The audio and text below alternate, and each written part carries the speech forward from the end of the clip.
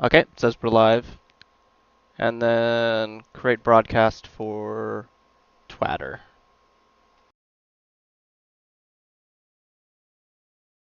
Says it's working, I think.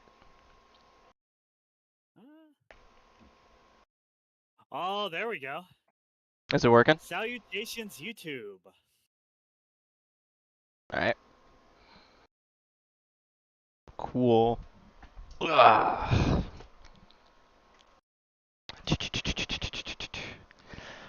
I don't got. Hit my head. I don't got a great introduction plan. Exactly. Oh. Here's And what? hobby stream number 2. Probably wait for a few more people to see if people show up at all, I suppose. Might just wait on that. Oh, here. Let me. Oh yeah, I needed I needed to mute the YouTube stream because it was like coming in double with me, and that's just disorienting. No, really. Oh wow, I'm already just completely just thrown off base the very second that we start this. I mean, it But looks like Haru, how the frick are you, dude? I think I'm pretty good generally, honestly. I think I was worse yesterday. Today I think I'm good. Oh yeah. I don't know. I'm just in a bad But then mood ah for some reason. yeah, sometimes that happens. You literally just wake up in a bad mood sometimes.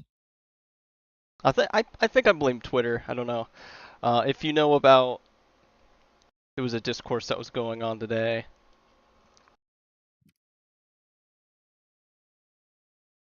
Or not? No, not today. It was Sure. yesterday. Yeah, yesterday. I don't remember when that post exactly went out though. Hmm. You know Io, right? Uh, yeah, I think I do. Yeah, I remember talking to him a long time ago. He made a post that went extremely viral. Like 7 million, 8 million probably at this point, uh, impressions. That's crazy. And yeah, it was pretty crazy. I think he's gained like over 500 followers in like a few days or something. Uh, Good for him, I suppose. Yeah. You But know, I'm a niche micro celebrity, but I'm a little bit less niche now. You yeah, know. uh, but the contents of the post was basically, I can just show it to you, but the contents of the post was his requirements for a wife, and it was more or less just a love me. That was kind of it. And Yeah, a lot of that's a people little got angry gross. about it. Yeah. Yeah. So it was just a little blackpilling, I suppose. But I don't know. I got over it mostly. So let me just send it to you. Like there you go. That's that's Oh. that's literally it. Yeah, yeah. I mean, I did see that. I mean, I didn't know that it had 7 million impressions. Of course, so much of that doesn't really matter. It's like, all right, what are impressions really? It's like, oh, you see on your timeline, and then you go Yes. like, eh, Yes. that's kind of cute, and then you forget about it immediately afterwards. So, you know, a little bit Yeah. meaningless, but it's kind of Uh, cool that when it like it had so when it many gets in eyes. the multiple millions, it does mean something. But I often find some of the posts that do well, I'll have like 20,000 likes on it and then 200,000 impressions. Like Hmm. that's kind of an example. So maybe divide that number by 10 or an eighth or something. So it's still a significant amount. Yeah, and But people are somehow able to monetize on X, right? yes.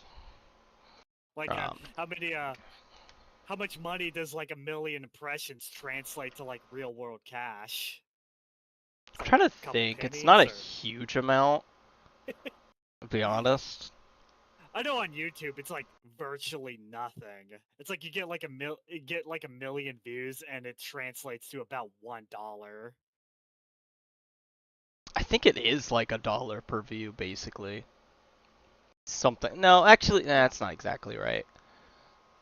Well, it's all the sponsorships they have over to the side, and that's why like YouTubers have become like so obnoxious about that nowadays, where it's like they want you to buy Raycons or go on Raid Shadow well, Legends and use their affiliate code yeah. because I mean that's actually infinitely more profitable than just being a YouTuber by itself. Well, some of it is also it depends on the type of post Hmm. because their high engagement posts get more money, as in people who go into the comment section and post comments because they see ads. So if you have a meme and you post it, it's not going to give as much money as like something that gets a bunch of engagement. That makes sense? Yeah, I get what you mean. And there are obviously people that are able to make a living off of that somehow. I mean, I don't even really understand how it works, but it's it's kind of it's kind of like the same thing with like OnlyFans. Of course, it's like much less of a Ugh. degenerate version of it, where it's kind of like an infinitesimally small group of people that are actually able to kind of break even, like to break even, or even like kind of become like richer than that and be able to support yourself. Where it's like where most people, the vast majority of people, are just like subsisting on scraps. For me, it's an additional income. Like it's not is nowhere near a main income. Like that's the amount of No. money that I make on X. Oh yeah. I mean, it's like you ever like known anybody in person that like, where it's like they they neglected finding a job because they thought that they might be able to like make it as like a Twitch streamer. No, no I think I've one known one or two people like personally. that, and I just go like, it's profoundly stupid, The thing is, you got to get right? I lucky mean, around that sort of thing. yeah.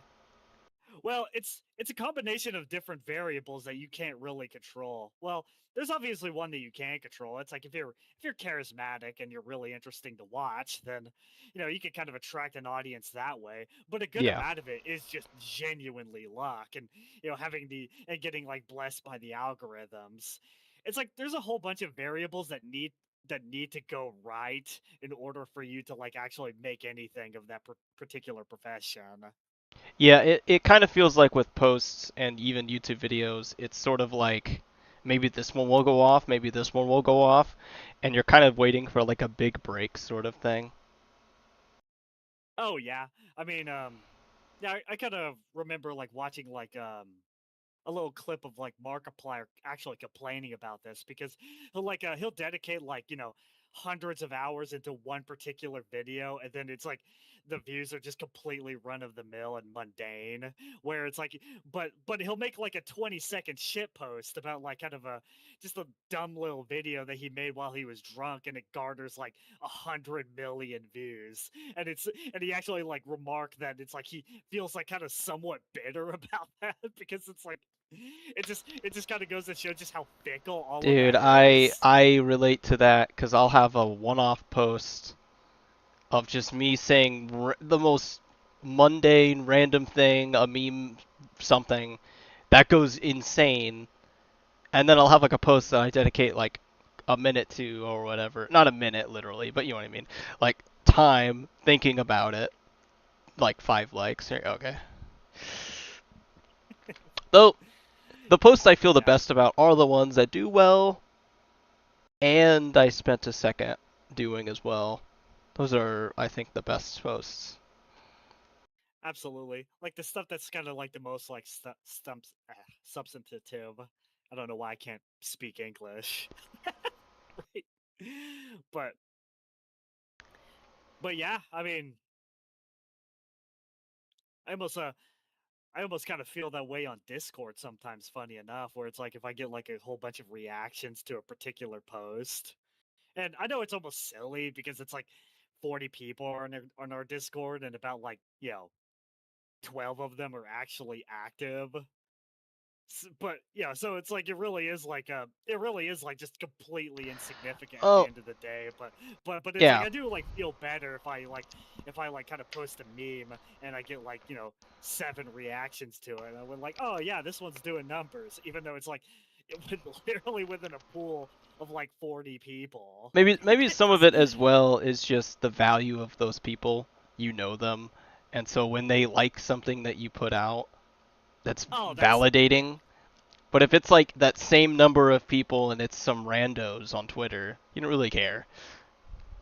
nah. You you don't care.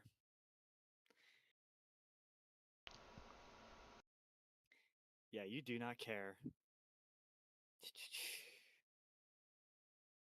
Yeah, is like a little bit of a mind virus, just chasing like engagement on social media because it's like it taps into like your lizard brain or go like where you just go like, oh, big number go up.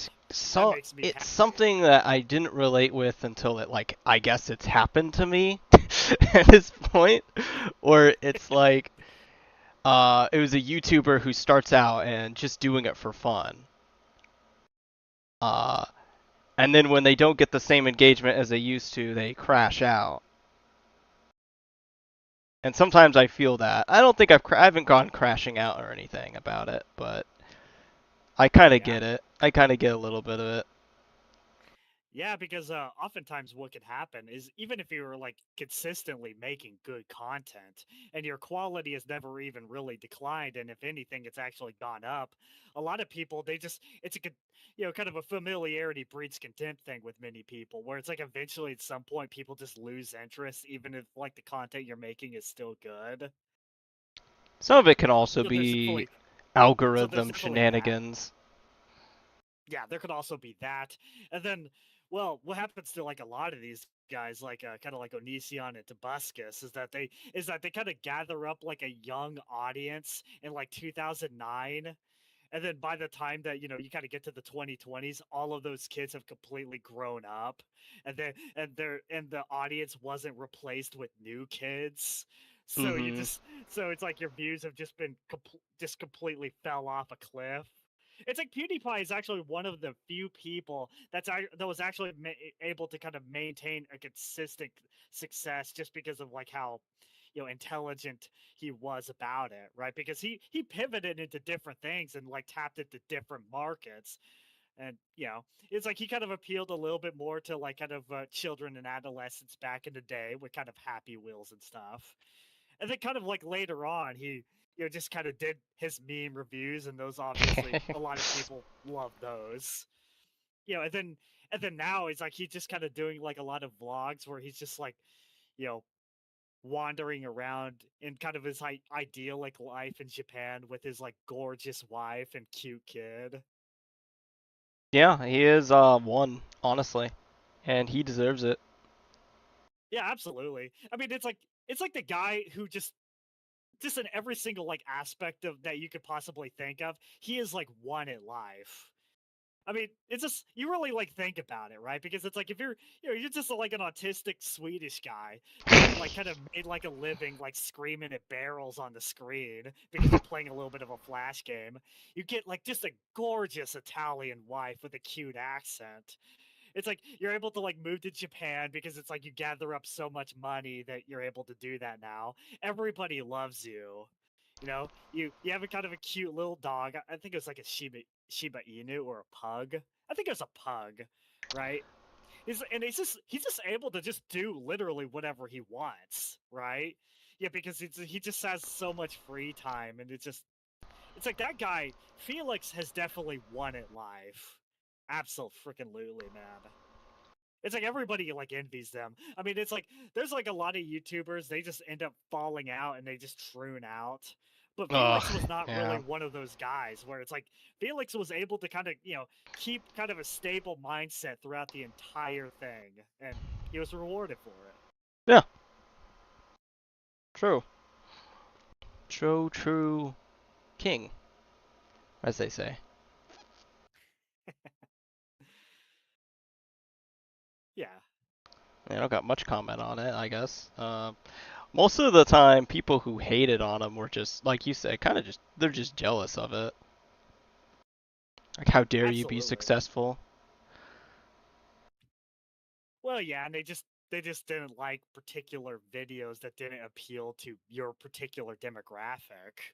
There's also that too. it's like a lot of the videos that like PewDiePie made for adolescents. It's not as if they were bad. They just really weren't for you, you know? Yeah. Um, I didn't really watch a lot of them actually when I was younger, until like teenage years, and that Mhm. was just kind of for the controversies around them, which were just nothing burgers anyway. Oh yeah, and he was able to kind of just whisk past by a lot of that by just not airing it that much. Everything, it's like, Teflon Felix, everything just kind of slides off of him because everybody already loves him. And it's like they'll just, like if Felix occasionally wants to say like some gamer words every now and again, then people will forgive him for it because it's like they like everything else he did. you know Gamer word. It's true. yeah, the gamer word, and you know which one it was. You know which one it is.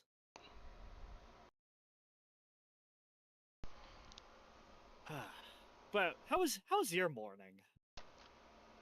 Eh, a morning, I suppose. Yeah. Today's not been bad or anything.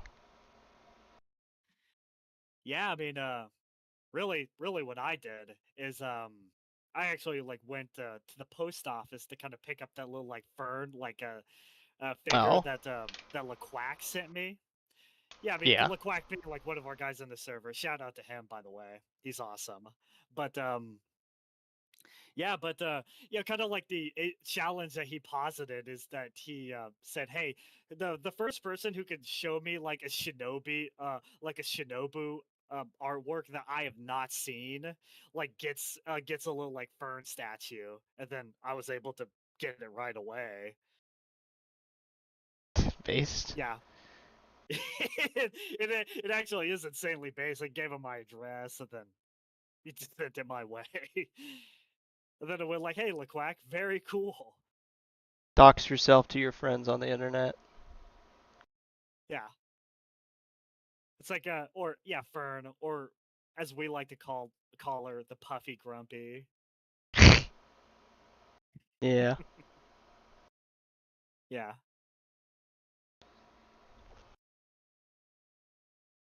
just very Is good at there being a anything on woman. the written by a woman? That so? I didn't know that actually. That doesn't surprise me though. Yeah. Seems like women. Maybe they was Japanese. I don't know. Uh, seem to make some of the best works ever, or like absolute Oh, trash. absolutely. Well, hell, even kind of in the even in the shonen genre, that is like specific. This specific demographic is like teenage boys. I mean, Yes. even kind of within that particular genre, a lot of female mangaka seem to like kind of reign supreme because you think about one of the most critically acclaimed like mangas of all time, Full Metal Alchemist, that was written by a woman, Iramu Awakawa, right? Hmm. Yeah, and yeah, and that one's just absolutely fantastic.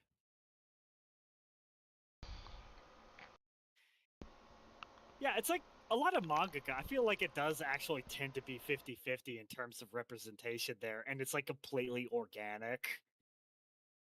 Like it's not like it was never forced from the very beginning because everybody like loves anime and manga in Japan. So it like it has like a wide appeal, and there's just so many different expressions of anime that there's always a particular little like niche that you can hang out in. Thinking. That's kind of a big difference with the West. Is women were it was primarily men for a long time, right? And then women would pretend to be a man or something when writing something. But then now it's the opposite, and they're just excluding men from the circles entirely. Yeah, and specifically what happens a lot in like the Western world is that they'll take like long-standing properties that they don't even really respect, and they'll just completely shit on them. It almost is like a humiliation ritual for everybody else that like that property. Yes. That's just more or less the problem that we have to deal with because we have gay race communists here, and Japan by and large doesn't. No. That's just yeah. I mean, it's like gay race communism. It just never actually, you know, planted any seeds in Japanese culture. It's like even when you kind of have like kind of gay stuff in manga, it's almost like kind of like regional gay stuff, if that makes any sense, right? It's not really like a diversity plant. It's just something that's like planted there just because they want to explore that particular kind of relationship dynamic and they think it's interesting. Interesting or funny. Yeah, interesting or There, funny. Yeah, there's no politics around it. It's just, haha, yeah, gay man. yeah. Basically, that's exactly what it is. It's like well, it's like the Japanese. They kind of came to kind of a tacit reminder that oh yeah, gay people do exist. So I guess it makes sense to kind of include them every once in a while as like a minor character. Right, right. Like Kaorin and Azumanga Daioh, I don't think that that was like actually like any kind of diversity quota that like like the Azuma just planted in, just because he wanted to be super progressive or anything. He just thought, oh, heh, funny lesbian. Isn't that kind of cute? Uh, Lesbianism's a phase anyway. She'll get out of it. And that is how like a lot of them actually view it, right? Is that it's almost like kind of a fleeting feeling that eventually grows away, that goes away whenever you grow up. That's why like Yuri, it almost kind of has like the same etymology as like the word budding, or like kind of like or blossoming, Oh, because that's it's something true. that's like very ephemeral. It's something that doesn't necessarily continue on into adulthood. I remember reading something like akin to that, and it was it's actually really fascinating, all things considered. My take is, I kind of think all women are at least a little bisexual. Yeah. And ultimately, they'll be fulfilled by a man, but I don't think it's necessarily wrong women feel the attraction to a woman necessarily. Well, I think like women are just more touchy feely in general, and I feel Yeah. like a lot of women they're almost somewhat eluded by that because they just assume that everybody's interchangeable and the same because of like of kind of like liberalism that kind of instilled that idea within them. So they think, oh, because I want to like hug all of my female friends, I must actually just be bisexual. You know what I mean? I It's like suppose. no, you literally are just a woman. You know, it's like wanting to like kind of like hug your friends. I mean, that's not necessarily the same thing as having a sexual attraction to them.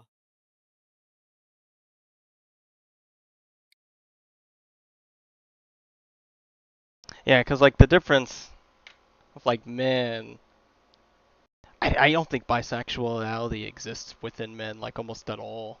I don't think it does. Yeah, I think people like kind of they like they under like appreciate like just how much it's malleable and kind of subject to change over time.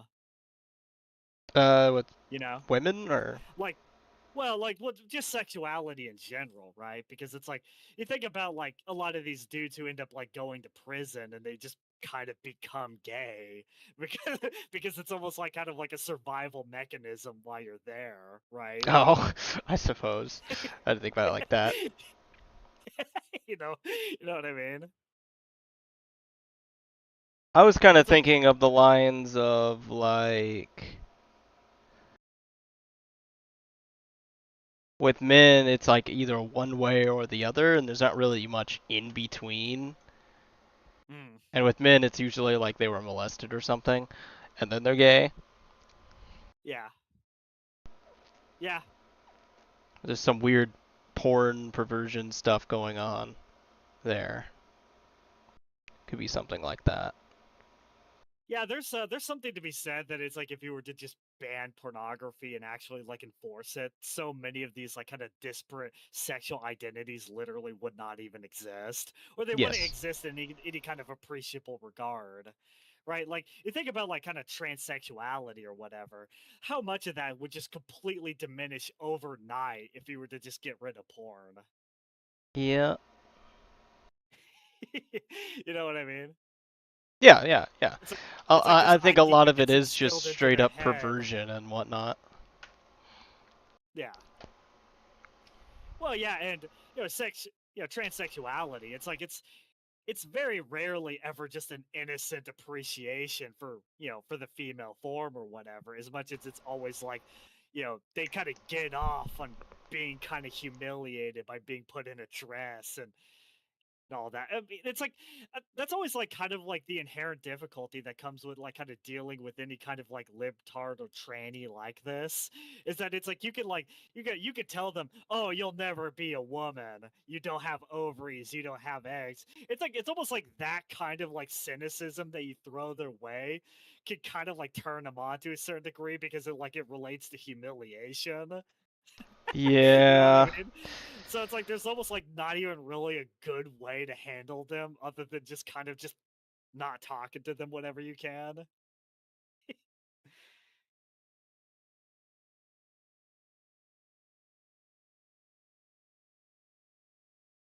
Let's see. Yeah, I think in general a lot of that trans stuff is starting to pass though, isn't it? Yeah. It's it's definitely like less popular than it's ever been Like just because of the I political think we're climate kind now. of yeah, I think we're in like the end stages of that. I suppose that's my belief. Which Yeah. unfortunately the end stages involves transgender shootings and stuff. So Yeah. Well, yeah, I mean a lot of the transgender shootings is like specifically like a cornered animal that realizes that its time is about to go. I mean, that's hmm. just what so much of it is. I mean, kind of like during its end stages, that is almost when they're the most dangerous, right? Right? Because They kind of catch on and realize what's been done to them and what they've done to themselves. yeah, Seek absolutely. vengeance on It's somebody. yeah, it could be like different kind of like positions with a lot of these people because it could kind of just be like true believers in kind of like the tranny cause, right, that realizes that they are in fact losing, and it just completely like short circuits their brain because they're not used to losing because of like a lot of like progressives, they simply just been winning for like 70 years straight, and now that they're really like losing for the first time ever, it's like they don't even know how to process it. It just doesn't even compute to them. And I think there also is like the people that realize that transsexuality is a lie and that they've been bought into a lie, but it's already too late because they've been mutilated beyond repair, right? So it's like they feel like the immediate like kind of bitterness towards everybody in society, and they lash out violently. And then oftentimes it can be a combination of the two. I think that's something that I think it's kind of crazy because right wingers will be like this a lot, where they're dooming about the current political climate and the political situation, when in actuality we're in the turning stages. We're going away from liberalism. If you look at left wingers online, they're just dooming so hard, so hard around the situation. Yeah, absolutely. And when you think about like kind of the divide the right op that's kind of currently going on with Candace Owens and Tucker Carlson and Nick Fuentes and all these people.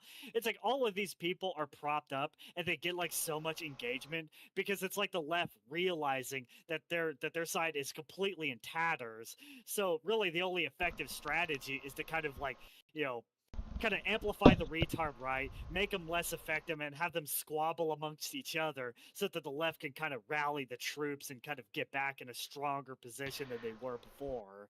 I mean, that's the reason why they're not censoring Nick Fuentes anymore, or really any of those people, because even though they don't really like anything that they're saying, they are fundamentally subversive entities that are making the right less effective, and they more or less become cognizant of that, right? Because think of it this way, right? I mean, if you don't like vote, don't vote for Trump because for woke reasons, and you believe in gay race communism, you won't vote. I mean, you won't vote for Trump for that reason. But if you're like one of these kind of groyper guys that kind of goes like, oh no, like Trump is actually like a Zion shield, right? That just capitulates to Israel every single day. So I'm not going to vote because I'm actually too base for Trump. At the end of the day, it's the same. Neither one of them are voting for Trump, right? That's So true. that's I that's why kind of like think so that. many Um, yes, that's why so many of these kind of like retard right voices are being amplified so much, because it's like, what do you do when you're in a state of war and your side is losing? You poison the other side.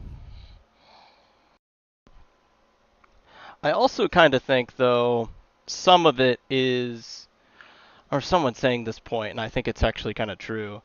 Uh, one of, it's actually somewhat of a good thing that there is a lot of, how do I put it, attacking each other on the right. I don't know, maybe that's not the way to put it.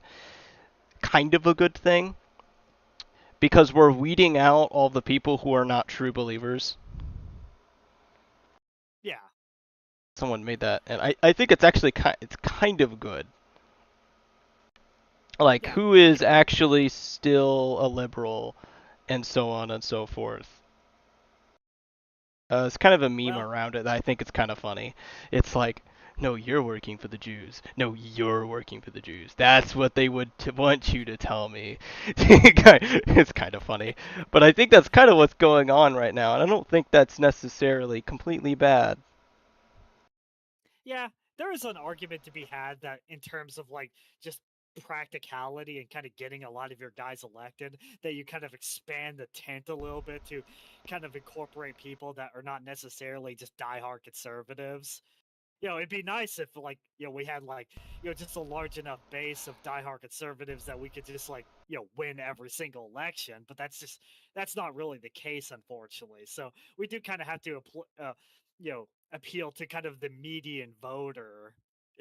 And then once we're in power, we're able to kind of do a lot of the stuff that we want to do because a lot of the normies are not going to pay attention, you know?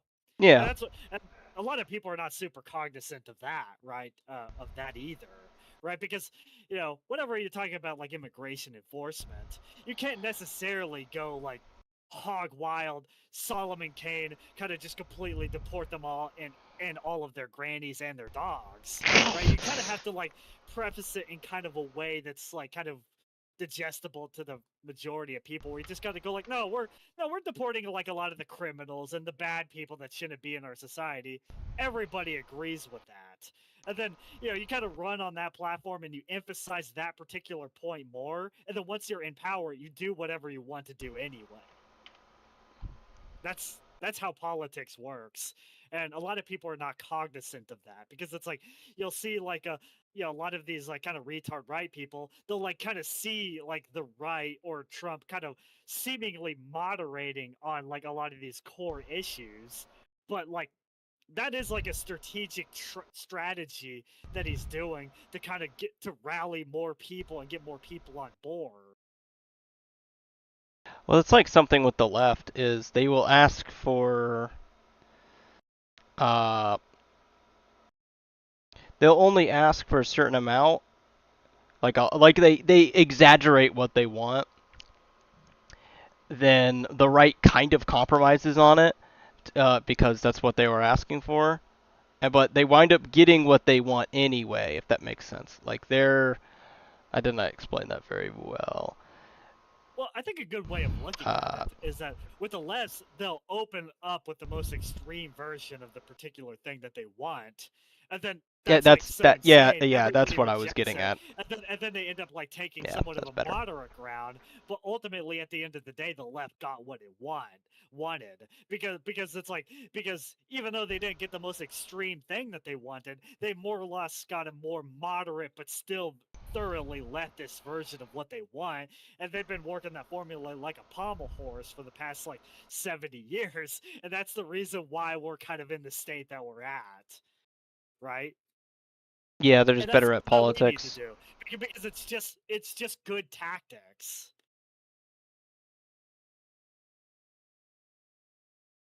But if you aren't deporting every single brown person right now, you're literally working for the Jews. Yeah, see, I went to an airport and I saw a Pakistani. So Trump is actually just a Zion, you know, Zion shill.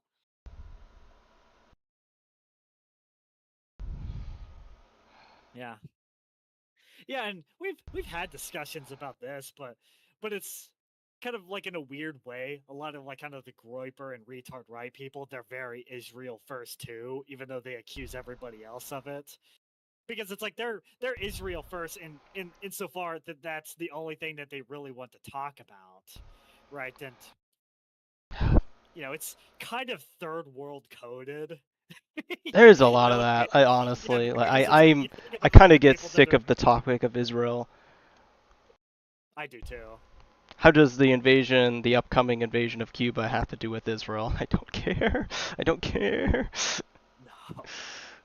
Yeah, and kind of Thomas Massey being boofed out of that particular like little primary that he was in is like kind of a good indication that most people don't really care about Israel either, right? For or against, right? Because it's a it's a blood feud in the Levant that has nothing to do with them. They're not concerned about it. They don't think about it.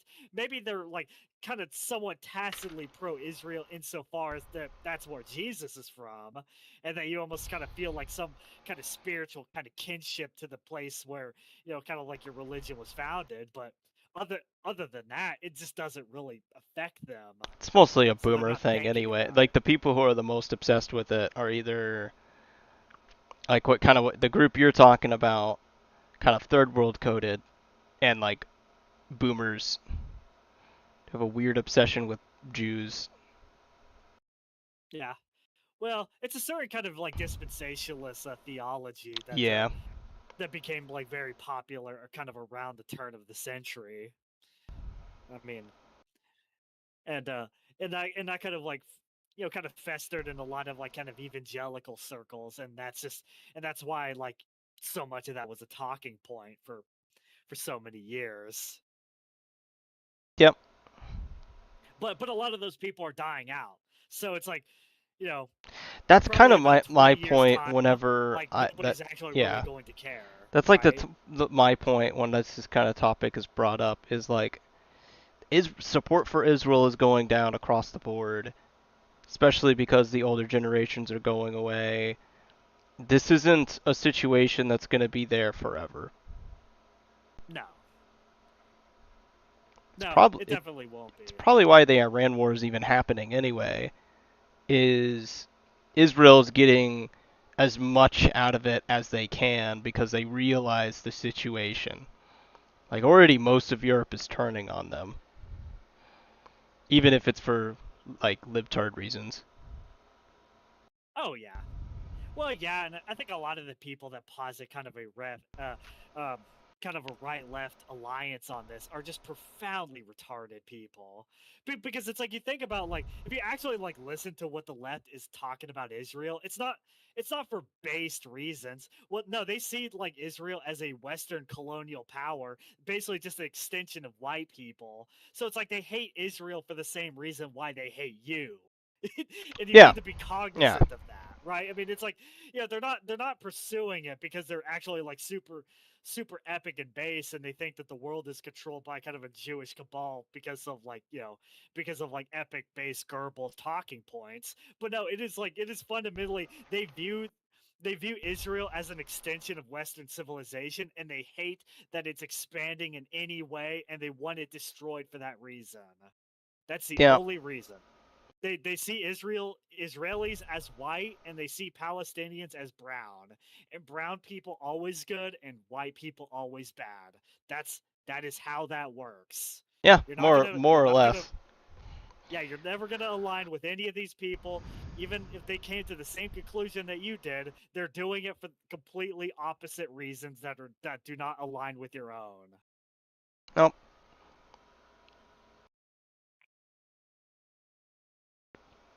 That's kind of it. Just they don't see Israel in the same light that you do. They just see them as like neo-Nazis, which is kind of ironic given it's Israel, but yeah. Yeah, but yeah, but it's something that's gonna end up blowing away in about 20 years. Nobody's really going to care at that point anymore. Yeah, that's Yeah, what I'm saying. I don't think it's going to last at all. all the boomers are gonna die out. So a lot of that's where a lot of the kind of pro-Israel side is gonna go. And then a lot of the Zoomers, it's like they're a slave to algorithms anyway. So it's like, you know, eventually they'll move on to some other topic when some other world war pops off somewhere in the world. Of course, if you're a Muslim, you're going to be obsessed with Israel forever because, yeah, because a certain peculiarity with kind of third world and That's Muslim and by extension third world that's mentality what I'm is that thinking around with Israel. Like the Muslims and Jews, that you could have fun together. Go have fun. I hope that everybody has a fun time. Yeah, you can have fun while we're over here doing Western civilization stuff and not marrying our sister. Um, well, you guys have fun. Like, you know, you can do that. Commit war crimes. I don't care. Yeah, I mean, you guys can kind of just kick each other's ass all you want. Yeah. Yeah, I don't know. I mean, I think if there is like one aspect of like kind of like Israeli statehood that I just objectively really like is how it kind of just serves as like an ongoing embarrassment for the entire Islamic world for the past Oh. like 70 years. Even without Because it's American like involvement, yeah, yeah. because it's like when you think about like kind of the Muslim mentality, you believe that you're supposed to be strong and be conquering other people, making them into your demis. But no, it's like you have like kind of this small like state the size of like New Jersey. I mean, that's basically been dog walking you the entire time. It's like every war that you ever fought with these guys, like has ended in a resounding defeat, probably in like 6 days, like the literal 6 day war. So I think that actually is like kind of a really cool aspect of it, right? Where it's like it just does like serve as like just a perpetual like embarrassment to the Islamic world, and it doubtless causes a lot of Muslims to question their faith because ultimately it is a promise from Allah and Muhammad that they will be uppermost over the entire world, right?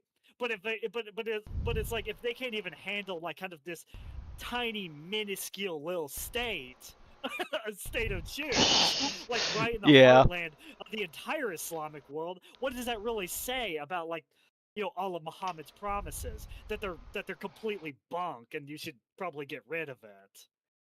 You know what I mean? That is kind of humorous, honestly. Like, you look at those wars, and it is just Israel dominating just about every time. And Yeah, essentially.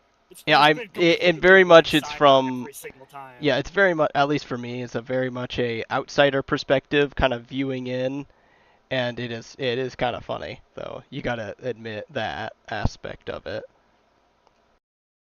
And Yeah, I and, absolutely. and I kind of see it as the Israelis because they were so in the Western system for so long that they adopted, at least militarily, a lot of the Western way of doing things, while the Islamic world just refuses to.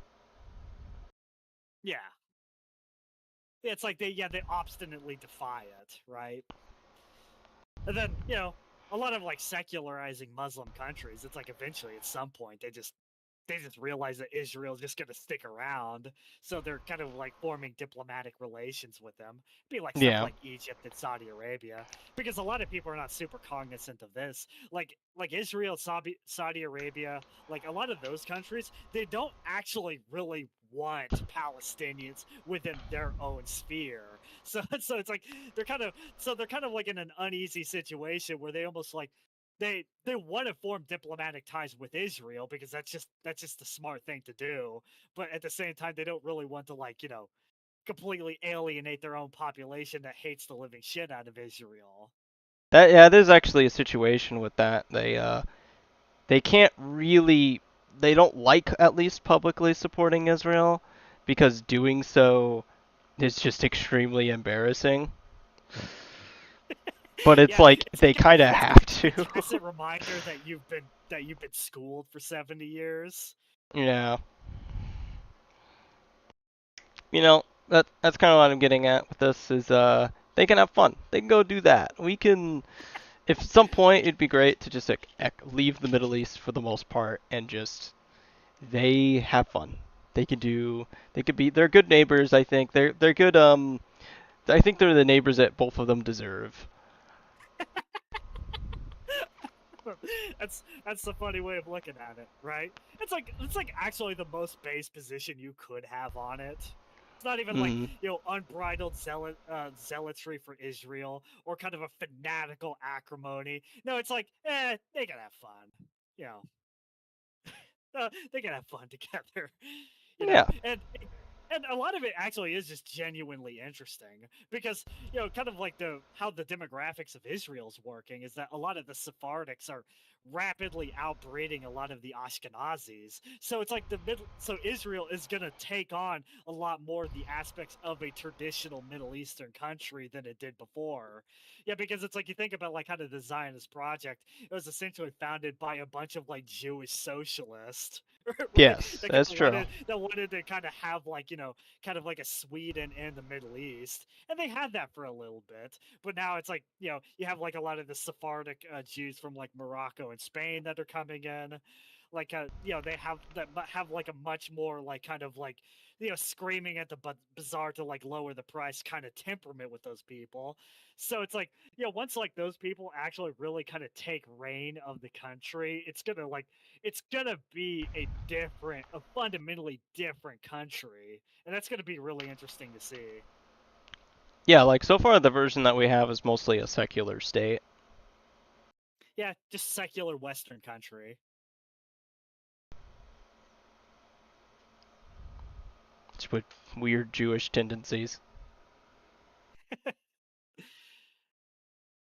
Yeah, I mean, yeah, it's actually like a little bit of a saying among many of the Jews is that their favorite pastime is just complaining and are rambling to each other about like a bunch of like minute details that at the end of the day probably don't even really matter that much.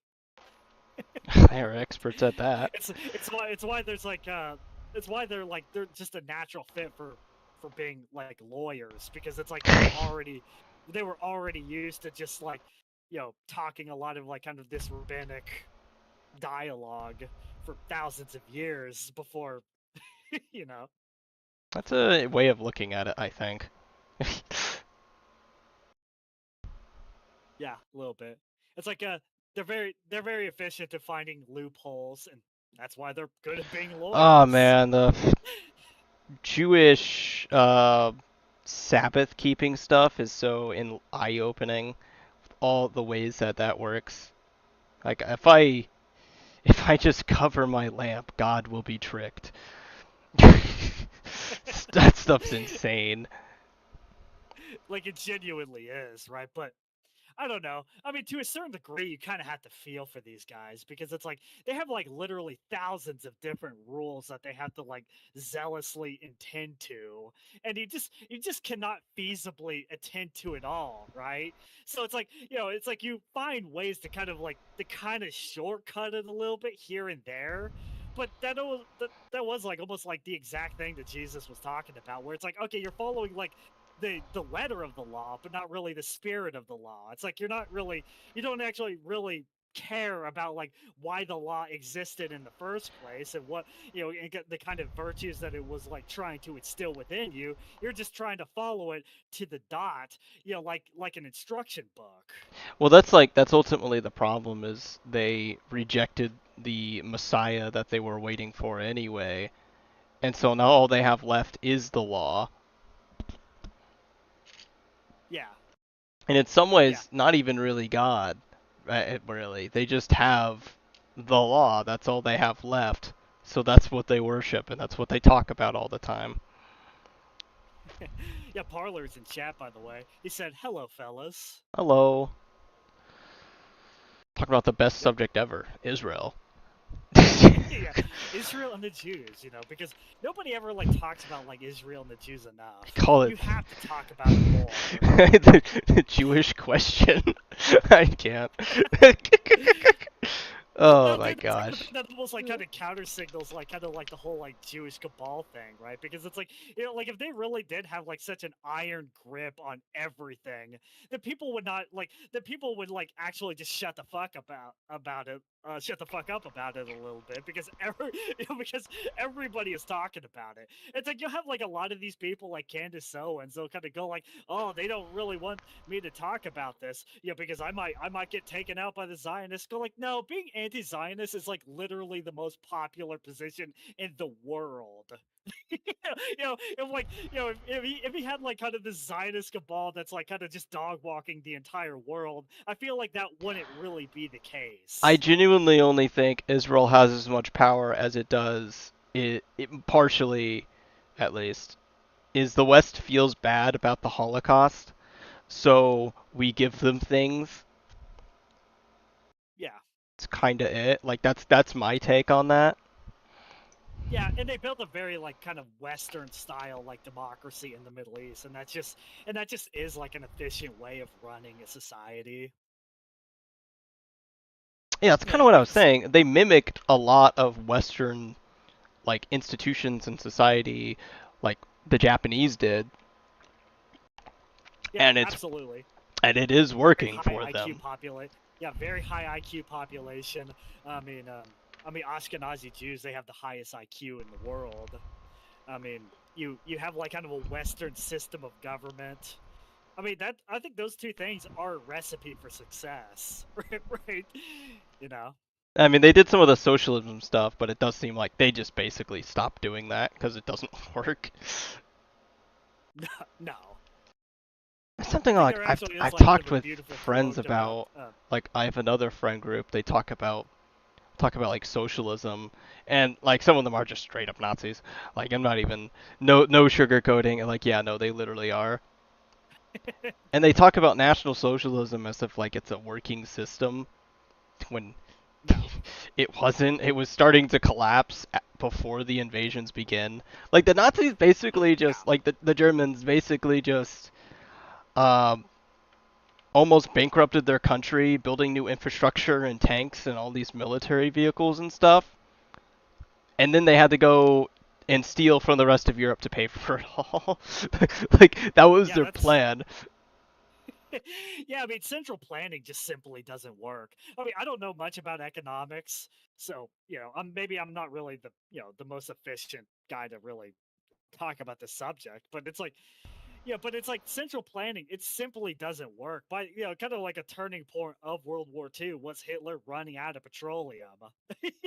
Because it was just because it just wasn't managed perfectly. It just Well, wasn't not really just managed that. well. Well, I mean, Europe just didn't have the petroleum that Hitler needed anyway, to be honest. I don't know if Yeah. that really has to do with the central planning bit, Yeah, I mean, but I think it's they were able to kind of get out of a depression because they were able to kind of ramp up their economy through militarism and kind of the military that's industrial complex there. stealing. But it's also Stealing. yes, They fixed the economy stealing. through stealing. The difference with socialists in the modern day, they can't go and get a bunch of guns and go rob another country. They can't do that. Yeah, yeah, I mean, it's like, well, it's exactly how like kind of the Islamic Golden Age worked, right? Because it's like a lot of people they like to kind of attribute like that to like oh like a lot of like the Muslim Arabs just being so intelligent or whatever, and and like Islam being so strong. But fundamentally, what it was is that it was like these Arab like barbarians that conquered a bunch of sophisticated societies that were right next to them, and then integrated a lot of their knowledge into the prism and then kind of build and Uh, admittedly kind of did kind of build a little bit on it, but eventually it stagnated whenever they just disavowed philosophy in general, yeah, but as like kind of like a heresy and kind of an innovation within Islam.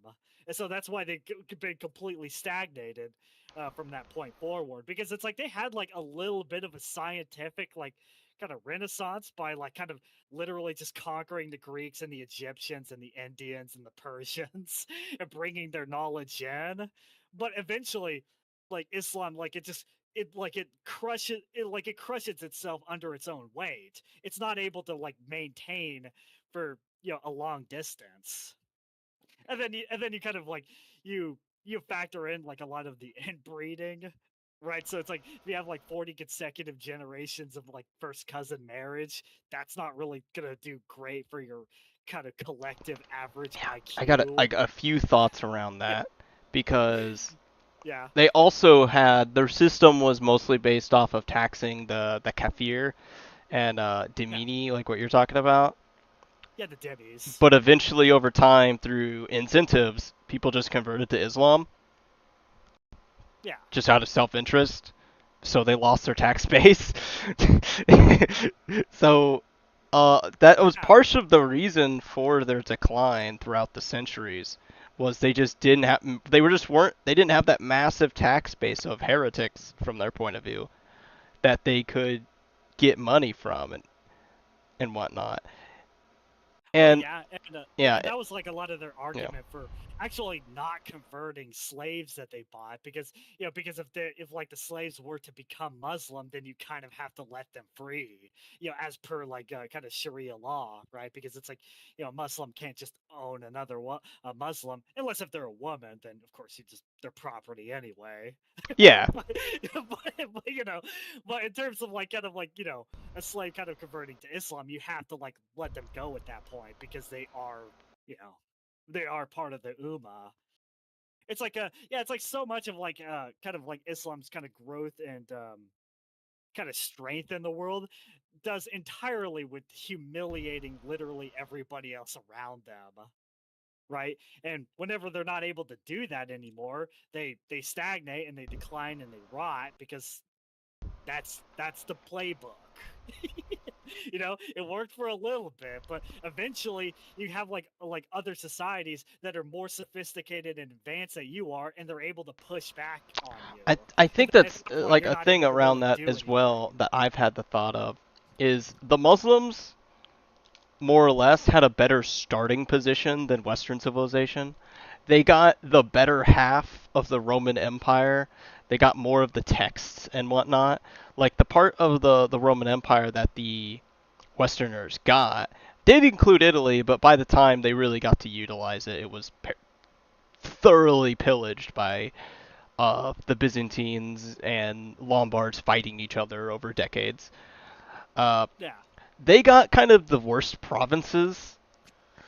They got Gaul and Hispania, and Hispania did have a lot of great stuff in it, but even then, Hispania got fucking ripped away from the Muslims anyway. So got ripped from the Muslims went in and took it. So like really, they had Gaul, Germania. Yeah, there's not much there, and Britannia, and Britannia was basically just a financial drain upon the empire anyway.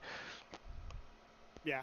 Essentially, what Poland is to the European Union now, which is honestly kind of insanely base when you really think about it, because it's like you think about like what like Poland and Greece like kind of does within the European Union, is that they're just a complete drain on everybody else, but they don't take any of the refugees.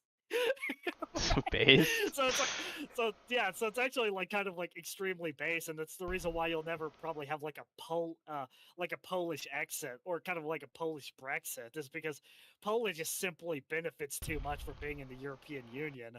They're able to kind of get like a lot of money from like the more industrious Germans, and have like stuff that you know well, Polish people are very intelligent too. I don't want to, I don't want to rag on them. I think a lot I of mean, we nuclear all love research was done Poles. by the Poles. Yeah. At least I'm pretty sure. I remember hearing some things here and there about it. Oh, I could absolutely believe it. Well, I think Mary Curie, like Yeah, it sounds the familiar. yeah, like the female like kind of Nobel Prize winner was actually like one of the first people. I think if like the first person to actually win like a both to win a like Nobel Prize in both physics and chemistry. I mean, I might have to like Google that to actually like fact check that, but it's like something like akin to that, right? And she was Polish. Poland can into space. They definitely can into space. They just don't. you know. I think eventually space will be very good, but it kind of was a vanity project, I think. But it was based, so like I It's can't. an insanely based one. Yeah, I'm not like no discounting on it. That's why I think No, Elon Musk stuff is actually pretty important around that. nah, man. I mean, I really like Elon Musk. I know. It's like Elon Musk can be somewhat like kind of divisive among kind of people on the right because he still kind of has like a little bit of his like kind of like liberal proclivities from Yeah, like yeah, his kind of he's previous a liberal, years. definitely. you know, well, he's kind of like a disenchanted liberal, and he's like kind of willing to take conservative positions on things. Yeah, But he's been changing his mind a lot recently. yeah, absolutely, right. And yeah, I mean, it's just I've always really liked Elon Musk because he is like kind of like one of the most like brilliant minds of our time, and space exploration is worth pursuing for its own sake, right? Just for for glory and kind of just seeing what's up there. It's just infinitely captivating, like this vast universe that we inhabit. It's just we haven't seen practically any of it. I don't know Eh. how people can't be fascinated by space. We haven't given enough money to Africa. Like we gotta make sure we give all of the money NASA gets to Africa. Like you're spending money on trying to become great, but what about the poor people in Africa? You thought about that? well, yeah, like and people like will you have profoundly stupid people. They'll talk about like, oh well, why isn't like NASA like landing like people on other celestial bodies if they like if they did it to the moon or whatever. And like so much of it was like literally exactly that mentality. It's like, hey, we could be funneling a lot of these money a lot of this taxpayer dollars into give me stuff. So there's also like that, and we just generally lost interest after like the 1970s because once we like landed on the moon and we definitively like won the space race, I mean there wasn't really like kind of like an ongoing need to really I think a continue lot of doing it it. is I'm gonna blame boomers, honestly. Like they're the ones who inherit it. They're not the ones who built the space race. They're the ones who watching it from the TV. Absolutely. It was Greatest It was the Generation silent people who did generation it. that Yeah, yeah, the Silent greatest Generation and generation. whatnot who did it. And so when Yeah. they got into power, they are like they cut all the funding around it or and whatnot and went to Social Security or something. Yeah. That's what it is. And it's sad. It's like it's kind of an example of like kind of societal paralysis and decay, but like the moon landing, well, oh actually it's actually more accurate to say the moon landings because it actually happened 6 times. Yeah. Right? That's always like a good rejoinder to like a lot of the people that goes like, "Oh yeah, well why did we never go back?" It goes like, "We literally did. We did 5 more times." You know, how many times do you really need to go back? Like, do you need to go back another six? I mean, if you don't believe the first 6 times, why would you believe the next 6 times? Yeah. Yeah, I you know, I guess not to like kind of sound like Neil deGrasse Tyson or anything, but I just genuinely cannot stand moon landing denialist. Because it's like you think about like all the qualms that they have about it, it really is just that qualms. It's like a lot of like the stuff they just like take one cursory glance at like a lot of the photographs and they go like, "Eh, it just looks weird. It's probably fake." It's like, no, no, it's not fake.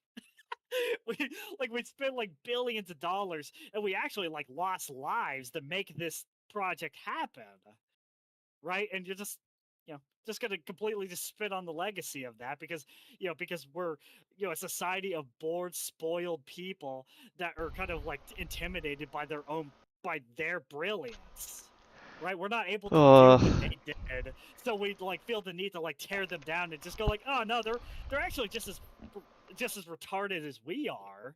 And and it's so they actually just completely fake that. So They it like is shot is it in the kind of Sahara Desert. I've heard I think it was actually Rudyard who said this. It's like a jealousy of our ancestors because we're not able to Absolutely. do the same things as they were able to. Yeah, I mean, it's a very bitter pill to swallow that you're not like as great as your ancestors were. Nobody really wants to accept that. It's a difficult thing to accept. And especially like kind of like if kind of people kind of adhere to a progressive disposition because kind of the entire idea of that is like is that generations and kind of like our knowledge of everything gets progressively better as like as we kind of continue on. And then if you accept that decline happened, then it kind of counter signals against that. It's like even now, people who do have respect for people in the past will still be like, they'll still echo that our society is actually better in every way still, and that society had flaws, and those flaws they'll exaggerate them or something. Yeah. Yeah, it's like I think like the biggest thing around like one aspect that I can think of that's like that is you'll say some problems with like maybe feminism, and then people will bring up that like every man in the past was abusive, something like that. absolutely. That's not the case at all. Well, I mean, there's a lot of domestic abuse that even happens today, right? But it's like if you kind of like if you just extrapolate that out, right, you can make everybody out to be abusive.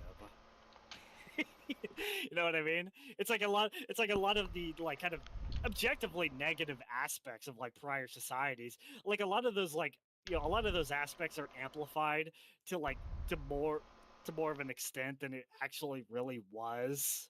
Yeah, that's kind of my And so point. like a lot of people believe that there was nothing good that happened in the past for that reason. Yeah, that's kind of what I'm getting at. Yeah, it's kind of like the classic meme of like kind of like the leftist that looks at like a Norman Rockwell painting, and then they go like, "Oh, the wife is probably on Adderall and is Yep. getting abused. Oh, like the husband is probably a closeted tranny.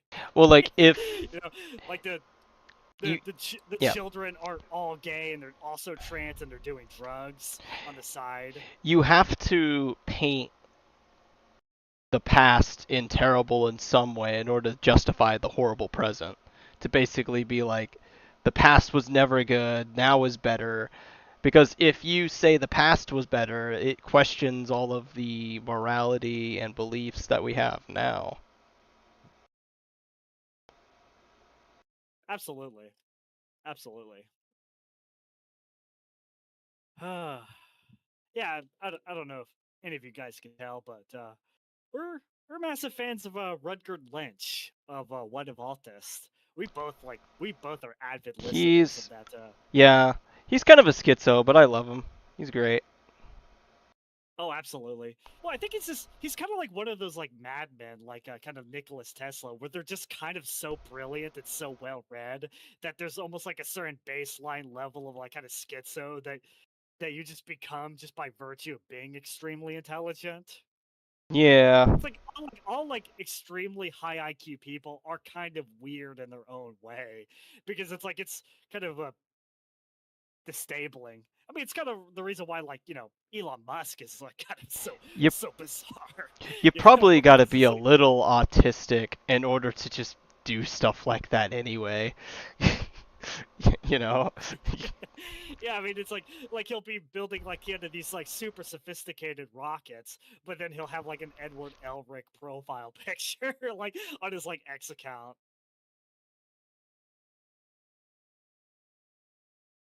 Uh, which is pretty insanely based. He has like good taste in anime, it seems. I don't know how many like different kind of anime that he's seen, but I know he likes Full Metal Alchemist and he likes Makoto Shinkai films. So that is Oh. I would call that good taste. A little bit basic, but you're probably doing other things, right? You imagine you're very busy man. Not everybody could be like slice of life Giga Chads like we are. I feel like CEOs are actually not that busy. That sounds kind of crazy, but from the anecdotes that I've gotten, they really aren't. Hmm, it depends. Probably Like there's does, like I'm some that sure. yeah. Yeah, I think every CEO is kind of its own eccentric personality, it seems like. Well, it's kind of like I think it was medieval nobles and whatnot. You kind of with leadership you kind of have to have a lot of time off in order for people to be clear-minded to make decisions.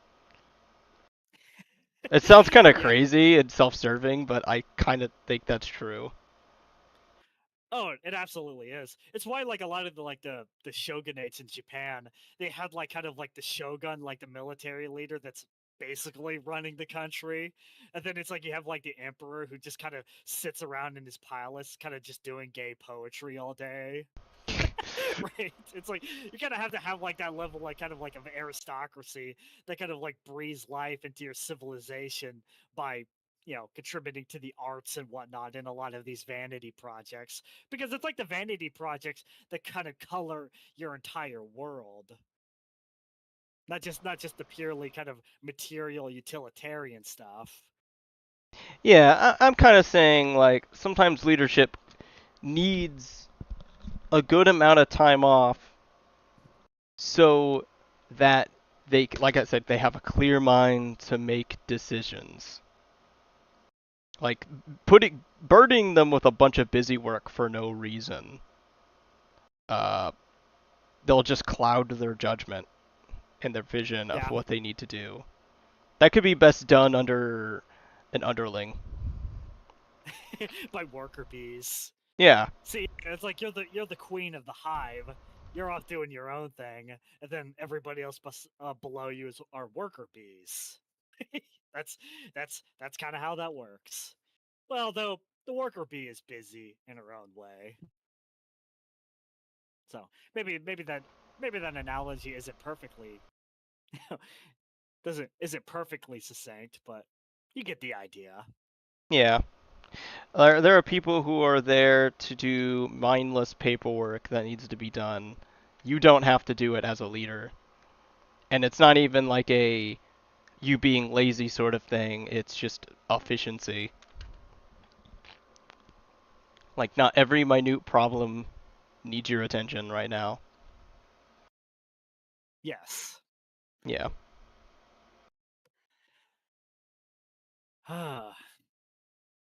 Yeah, but man, did I talk about like kind of how I spent like kind of like my morning, how I was at the post office and I had to like sign for No.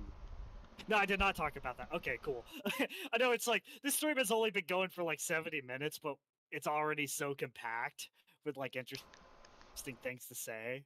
I That am surprised at sometimes how I much just time forget has about some of passed the already, honestly.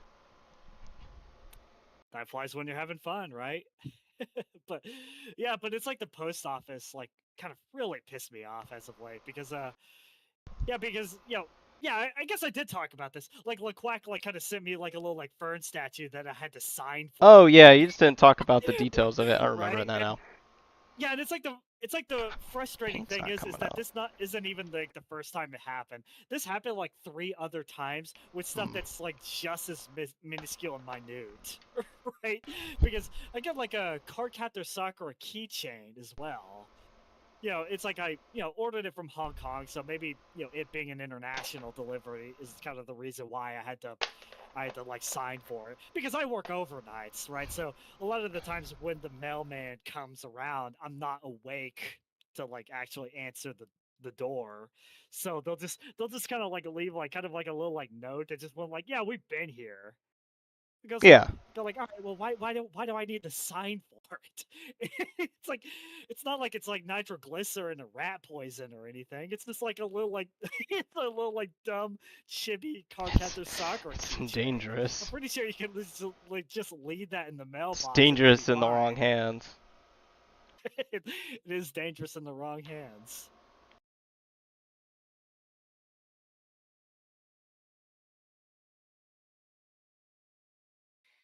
Yeah, it's like a lot of international like deliveries are kind of that way, and I never understand why. You know, Cardcaptor Uh, Sakura is very threatening, sure. I guess. I'm trying to think of a very, reason very why that would be the case. Maybe they're just paranoid about it getting to you because it's international. maybe. And so, like, having a signature would be helpful, but I'm not sure. Yeah, who knows? You ever have those kind of circumstances with the post office? I know like a lot of people they have their own story, but My problem with the post office is my father, myself, and my grandfather all share the same name. So when something shows up, there is a chance it just shows up at the wrong place, and we all live in the mm, same town, so it doesn't really help. And it just it can literally just pop up in the wrong spot. I've gotten my grandfather's mail. I've gotten my father's mail. They've gotten my and mail. so do you have like the third in your name at all? You don't have to say your name at all, but are you like if you are you the third of somebody? Yeah, I'm one of those numbers. That's pretty It's cool. larger than the third. Larger than the third. What Yeah. number is it? Number 4. Oh, that is pretty cool. Like dude, one of the kind of hardest names that I actually really like is like Sixtus, right? And I mean, Sixtus. it's kind of like this old like Roman name, right? But it like Yeah, literally means like the sixth child, interesting. right? It's like you're the Well, sixth you in gotta line. have 6 And that's before actually like you a do first. that. Yeah, but that's actually like a name that you could have is Sixtus. There's actually been like a couple popes that had like or I think there was just one. I think there was one Sixtus pope. Number 6. Your name is 6. That's kind of funny. Yeah, I mean, yeah, naming schemes could definitely be very interesting in their own way. It's like in Japan and well, I don't even say like in Persia and in you know Arabia too. Is like they can come up with like very poetic names that are actually kind of like beautiful in its meaning. Like the name like Abdullah, right? It's like kind of servant of Allah or servant of God. It's like that's actually just a common name that people have. And that actually is like kind of a very flowery, kind of Which romantic can name that be people could have. disappointing when it's just Muhammad number 5,000.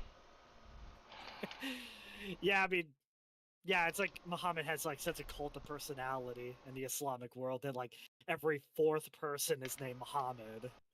Yeah, Right?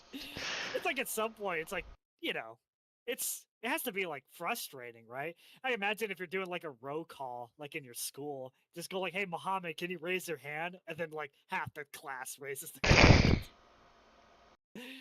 It's like, all right, can you guys be like a little bit more ingenuitive here, you know?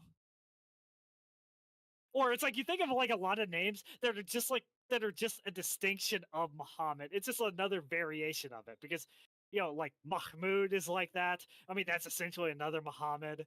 There's like Ahmed, which that's also another Muhammad. So it's like you kind of like you really put like all the Muhammad names together outside of like kind of the standard name Muhammad. Probably like 70% of like Arab men are named Muhammad in some way or another. I didn't think about how that's the case. Oh my. Yeah, it's like Uh, it's I have actually insane. many negative opinions around Muhammad, but in the sense of like how much he was able to shape a civilization so hard. Everybody's named after you. Everybody reveres you. Though they say that you're not like a god or anything, of course. Oh Um, yeah. Well, yeah, but it's like the way that they kind of treat like this mere human being, this messenger, and it's like they'll even like kind of pay lip service. They'll go like, "Oh, it's pure like monotheism." It's like we just worship God, and it's like Muhammad. He's kind of just like a mailman, but it's like they don't actually like behave in that way. I mean, of course, I know they obviously see him as more than that. He's like a pattern of conduct, right? But it's like I don't such know. It's like a a great pattern of fanatical zeal. conduct. He's not a pattern of contact, but among like a billion Muslims in the world, he is. He's considered that, uh, largely for worse. It's just you know, kind of like pedophilic warlord and all, but just it's actually kind of insane. It's insane that like a messenger can have like more control over an individual Muslim's life than like Jesus does to like a Christian. You know what I mean? Because it's like you think about like kind of like a lot of Jesus' teachings, like a lot of it is very principle based in general. Where it's like with Muhammad, it's like a whole bunch of like kind of like little like pet peeves of Muhammad's that just pissed him off in particular. Like he didn't like dogs, right? And that's the reason why like the Middle East just doesn't have dogs anymore because they literally killed all the dogs. So tragic, Right? honestly. Yeah, I mean it's like they'll allow like hunting dogs, but they won't like but at least it's like kind of frowned upon to just own a dog just as a pet. That's just not really a thing in the Islamic world. And black dogs in particular, he had like a special like vendetta against black dogs, and he actually even remarked that black dogs are the Satan, that they're the Oh my devil. gosh. That's kind of crazy. I didn't know that. Oh, it's absolutely unhinged. It's like all like kind of the mental like it's like all those like kind of cult documentaries that you watch about like kind of like Jim Jones and Rajneeshpuram. It's like Muhammad had every single one of those like aspects that would make a cult. But kind of the reason why it's not considered to be a cult is that it's a cult that like kind of developed, and spread and encompassed, a billion people in it.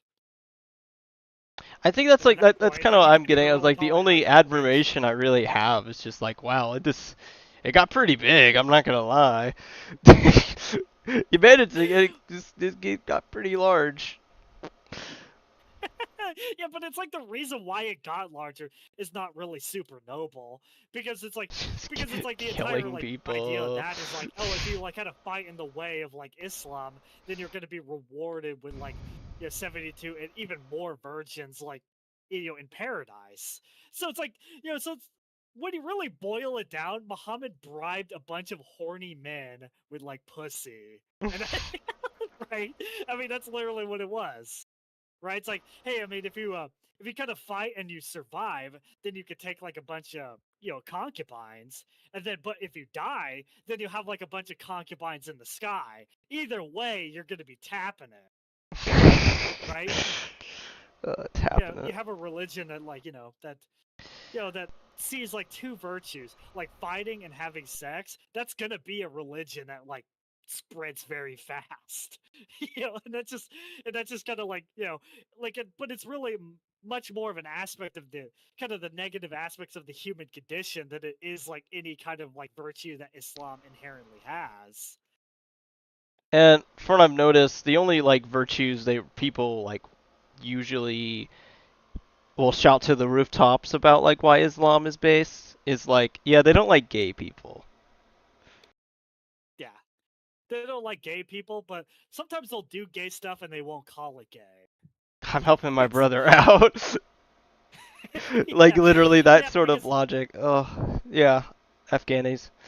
yeah, because again, like inspiring philosophy actually talked about this too, where it's like where if it's kind of like a private sin and it doesn't like ever get brought out, then you're not actually supposed to reveal it to anybody else. So it's like, so there isn't really kind of that like it's kind of like this weird mentality where it's like if you kind of do something gay but nobody ever really hears about it, it effectively doesn't exist because because like they tie like reputation and virtue to kind of like societal the kind of societal like standard. Yeah. I mean, not to say that it is homosexuality isn't condemned in Islam, because it obviously is, right? But there's almost like kind of this kind of hush hush, don't reveal your brother's sin kind of thing, right? And then of course it's like they'll find like loopholes around it too, like the whole Bakabazi ritual in Afghanistan. That, to be fair, it did kind of predate Islam, but it also coexisted with Islam because they used like kind of kind of the loophole of like, okay, you're not supposed to like, do anything sexual with another man, but what if like, what if that said man is actually a boy and doesn't have like a beard, so they're not really a man? You know, it's I hate stuff like it's this. It's getting in the it's waters. I don't want to dwell it's on. so terrible. It's so Oh. terrible. But yeah, that was like pervasive across like all of the Islamic world, not even just Afghanistan, until like Western abhorrence just eventually just drove that away completely. But even in like kind of some kind of dark, dingy corners within the Islamic world, it still does kind of go on. Where it's like we're kind of with Christianity, it's like it's based on principles, right? It's based, it's like kind of the whole entire idea is like, okay, like are you treating like another human being as like an end in of themselves rather than as a means to an end, right? Yeah. Every like human being is like kind of like an image of God, and to like into whatever you do to like to the lowest to the lowest person is ultimately what you do to Jesus himself. I mean, that's kind of like where a lot of the powerful kind of parables kind of came in there, like that he taught about. And I think it just fostered like a completely different kind of virtue within the West, because it's virtue ethics rather than merely being in good standing with your community. Because kind of like what Christianity actually posits, that in pursuit of like virtue, there's actually like there's no like social cost that you should like you should be willing to like kind of be like a complete outcast and vagabond within your particular society, and in fact you'll actually be applauded for it even more so, like if you kind of follow virtue in the name of Jesus Christ, right? It's just a completely different mentality Well, that it's the like Western world had that allowed them guilt-based to prevail. morality versus shame-based morality, and that's kind of where I would say you're kind of getting with, and that's what Christianity incentivizes or says to Yeah, follow absolutely, is guilt-based. absolutely. Yeah, I mean, Tom Holland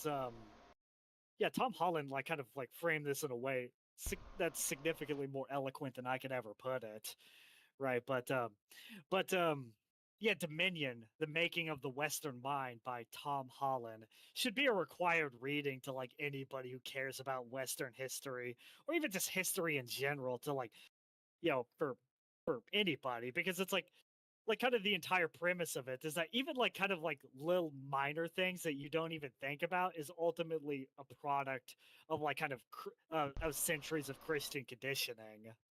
You're concerned for human rights, you're concerned for women's rights, all of that is ultimately derivative from Yeah. Christian thinking. Yes. That is true. The pagan world did not care for such things. Not really. No, and it's completely alien to most people that just was how it was. That you just have like an empire that practiced like kind of infanticide and slavery and gladiatorial games, and it's like it's unconscionable to us. And but Christianity, it was like necessary to kind of foster that moral progress within the Western world so that they could eventually kind of get past that. No, and kind of like the way that Tom Holland actually prefaces the beginning of the book is that he was actually trying to find out where his morality came from, and him being like a secular person, he just assumed that like a lot of it kind of came from like kind of Greek antiquity and kind of Roman antiquity and all that, and then he kind of come to the realization that, oh no, like basically everything I believe in, is ultimately derivative from Christianity, and I just wasn't even really that cognizant of it. Maybe there's some stuff that's like a little bit more explicit, like kind of the inherent worth of human beings, but it's like even just like little things too. It kind of it bled in. Right, so it's like kind of like at the very end of the book, he like kind of posits, go like, okay, I might not necessarily be a theist, but I am Christian in a way, in a lot of like very fundamental and important ways. I am essentially a Christian, even if I don't actually believe that believe in kind of a Yeah, literal that's kind of the creator God. is yeah, it's created this ecosystem where you're so drenched in it, you don't know that you are drenched in it, like a fish in water sort of mentality. Yeah, like a koi in a pond. You don't actually understand what's happening outside of that pond. Kind of the way that Rutger Lynch put it. Yeah. Yes, man. Another thing I just really love about Rutger Lynch and What If All This is that he's able to kind of distill a lot of these very complex ideas that he read through, like reading thousands of books, right? Into kind of these very like kind of short form, well, relatively short form videos. I mean, of course, Hour they're long all an video, hour but long, yeah. but it's like every single one of those like hour long videos are just completely compact with information, and he'll like throw text walls at you where you pause and you kind of read it, and it's like there's just like so many. I just absolutely love Rutger Lynch so much. He's just so profoundly intelligent for somebody his age. Yeah, it's kind of crazy because it's like he's younger than both of us, I'm pretty sure. He is. And I'm like, Yeah, what? I think he was born. I think he was born in like 2002. Yeah, I know. He like truth But bombed me that when he said that, and I was like, oh, stop, shut up. oh my god, dude, I feel like if you were born like after the 2000s, you should still be like 12 years old. It's I think it, true. it actually fucks with me that like people that are born like kind of in 2001 are like 25 now. I don't Ugh. like that at all. I don't like that at all because Man, oh my I was god. talking to a friend, and I don't know, in my head, I was like, oh yeah, he's 18, but he was 18 4 years ago. He's like Oh my 22 now. oh What dude, year was that? Like, uh, 2004 or so? it's like no, no. Uh, It's like literally uh, after 9/11. you know? I mean, and I guess at the end of the day, there's not really that much of a difference between like 1999 and 2001, but it feels like a pretty substantial chasm because it just sounds different. yeah, it's kind of a meme now where someone says 1990 something. They're like, you're a dinosaur. Yeah. Old. Oh yeah, I was born in 1997. It's over. I'm just I'm basically geriatric. It's literally so over. It's like my life is basically over. I have nothing to look forward to.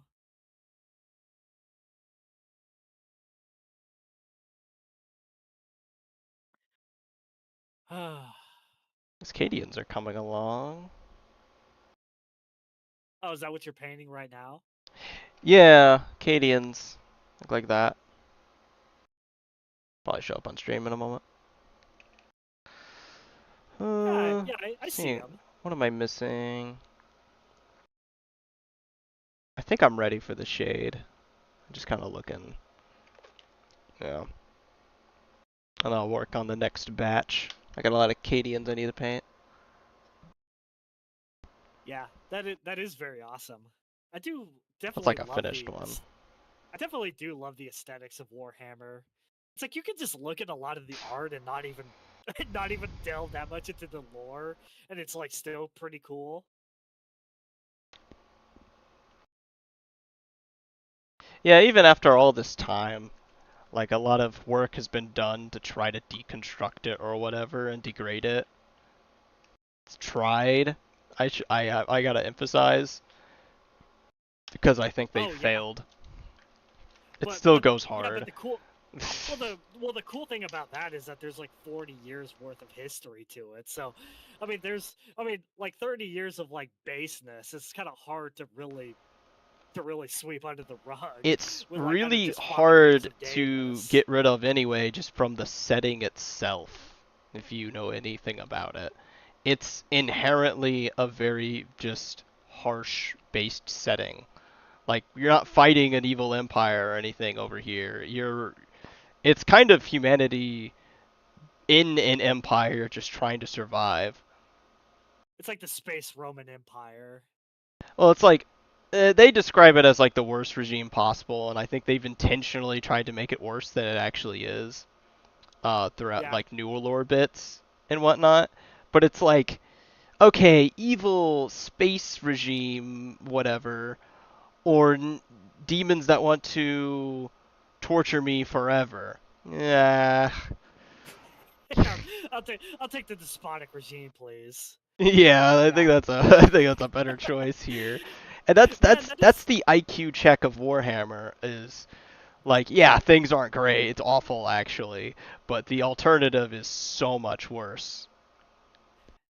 yeah, man, it is like incredibly fascinating when like kind of like these British liberals end up like making something that's like inadvertently extremely base just because they care more about like making good art than anything else. Making good art kind of within itself is like kind of conservative and right wing in a way.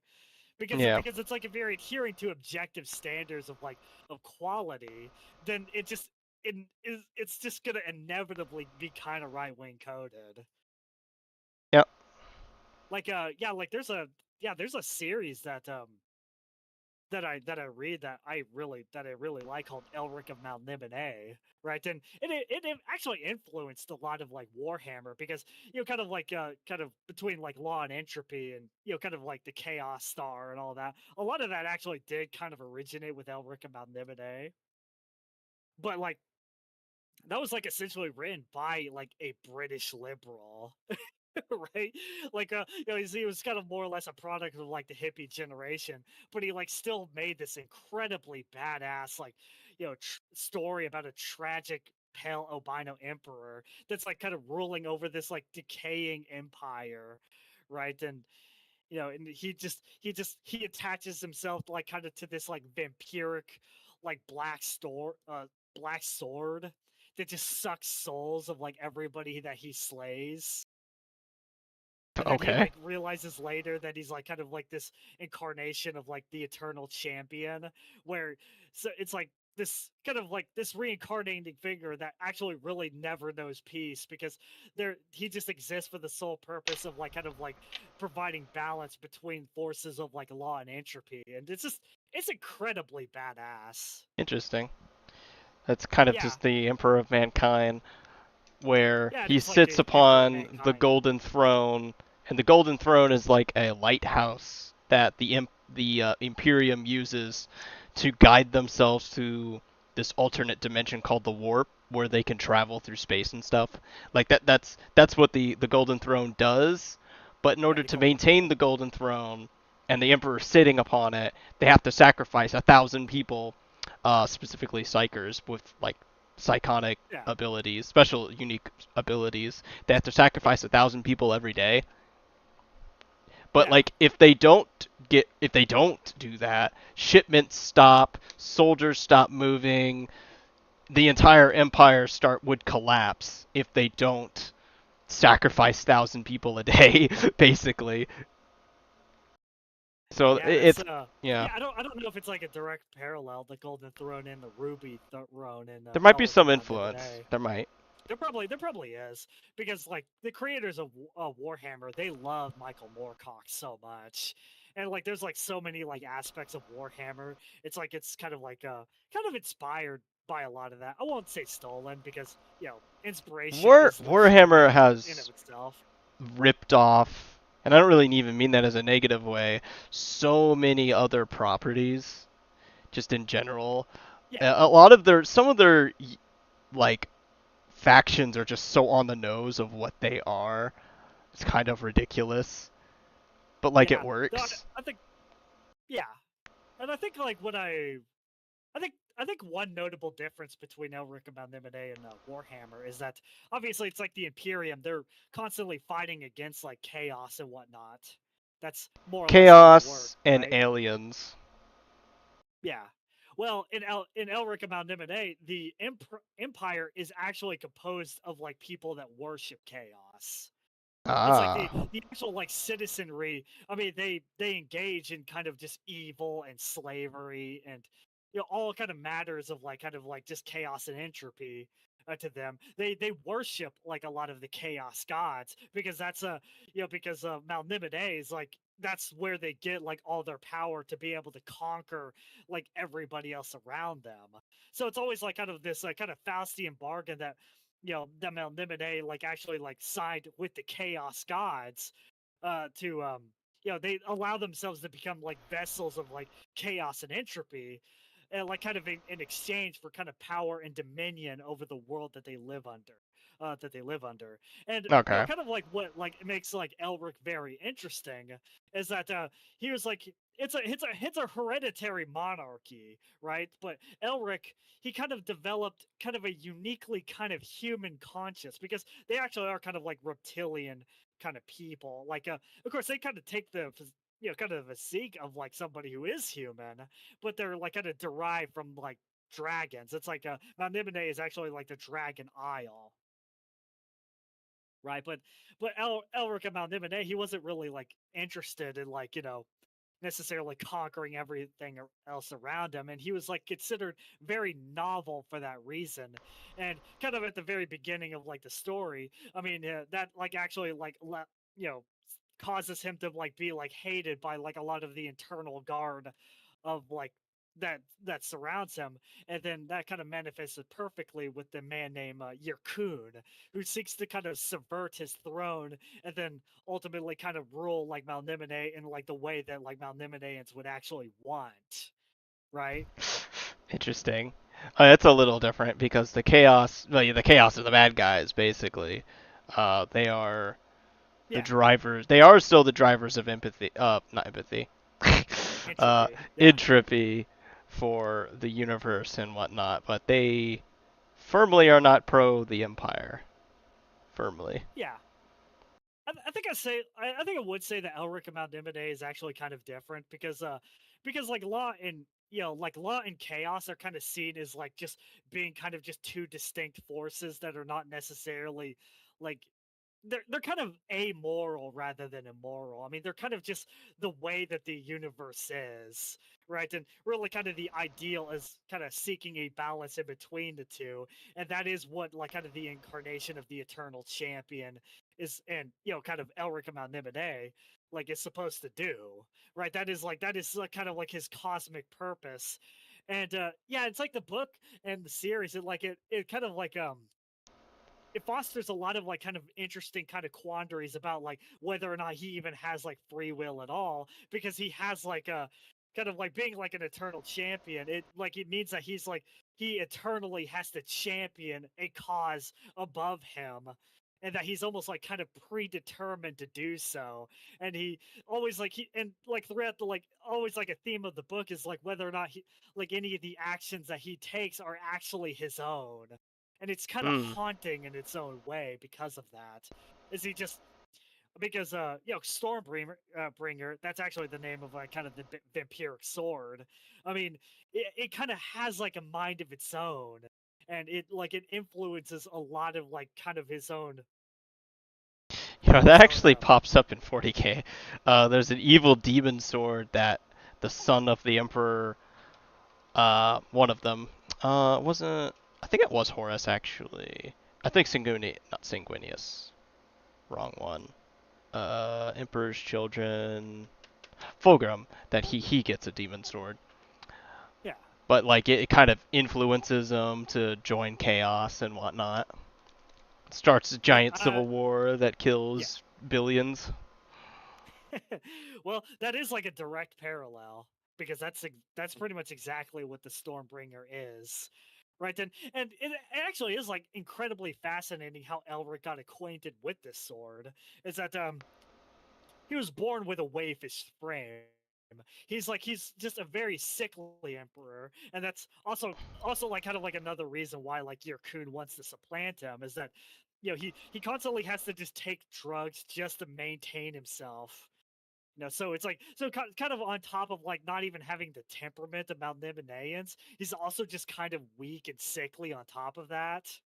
Wow. And of course, Melniboné kind of being like kind of the very aggressive kind of society that it is. I mean, that's definitely deeply frowned upon. Okay, I So, see. but he becomes acquainted with with Stormbringer, like and that more or less kind of fixes his problem, but with a drastic cost. He always has to kind of like consume souls with Stormbringer, and that fosters a lot of like kind of life power into himself. Yeah. Sorry, I'm painting Yeah. a little bit. It's focused. Almost getting there with this model. Hey man, I like nerding out. Yeah, you keep saying things and I keep hearing some parallels, but it's obviously it's its own story, so it has its own elements. But I can hear some Oh things in there that probably got ripped off. Ripped off is probably not the word for it, but like utilized in the different story. So ultimately, like every story is just a a rip off of something else, or a combination of multiple stories in one, or a different yeah, it's like twist and whatnot. was it like C.H. Lewis that remarked that there's only like five kinds of stories and everything is kind of derivative of either one of those five stories? I think so. Might have not been C.H. Lewis who said that, but it was definitely somebody who made a remark that way, a remark like that. And I think it's basically true. Yeah, yeah, Elric also draws like a lot of inspiration from just kind of general history as well. Because kind of like as a way of like kind of signifying that Mount Nimine actually is a very decadent society is that Elric is actually married to his first cousin. So there's like a little bit of like incest, right? So you know evil that draws a evil lot of parallels. empire needs incest to continue. Uh, that was the Yeah, case and with yeah, it's kind of where Song of Game of Ice and Thrones. I mean, they Fire, decided to take that one aspect of that story Game and of then like Thrones. kind of amplify it significantly more so. but I think in Moorcock it was just kind of one singular aspect of the story that didn't become like super big part of it, but Actually, just big yeah, but fans of Orimo. yeah, the big fans of Orimo. Yeah, man, that is funny. Like the author of like Orimo is that he also wrote Uramanga Sensei, and It's it's not like surprising at incredibly all. funny. It's not surprising at all. Yeah, dude, it is incredibly haunting to think that there's literally just a motherfucker that just writes exactly this kind of slop. right? That's Just kind of goes peak. I like, all don't know right, what you're gotta have talking like about. have to have an otaku little sister, and there has to be an incest element within it, and there's just It's peak. Humanity has not surpassed this since then. oh yeah, it's so bizarre that it's like you just have like a little like just little like stories like that are actually able to gather a budget and get an animation to accompany the story in Japan. Because I obviously know that it's like animation is obviously a very well lubricated machine, so they didn't produce a lot of anime every single year. But it is incredibly fascinating to There think were that there could be board like some room meetings on this. Is kind of what you're getting on it, like every detail of these stories. There was a boardrooming meeting, like, so how is this incest scene gonna go? yeah, there's actually like kind of like an official component to this, where like in the West, it's like nobody would actually gather a budget for this. It'd just be like a DeviantArt story. You know Yeah. what I mean? It's a DeviantArt story that would never see the light of day. It would never get like millions of dollars poured into it. But Japan, kind of being the eccentric society that it is, and in like anime, they kind of like appealing to kind of niche otaku interests because like otaku just throw money out of a cannon, and like in their individual like niche preferences that there could be like a market for that, right? And Yeah. it's actually profitable to do this. Ugh, market forces. Yeah, market forces. I need to incorporate incest. You know, it's just an idea that only these boardroom meeting people, that's the conclusion they come to.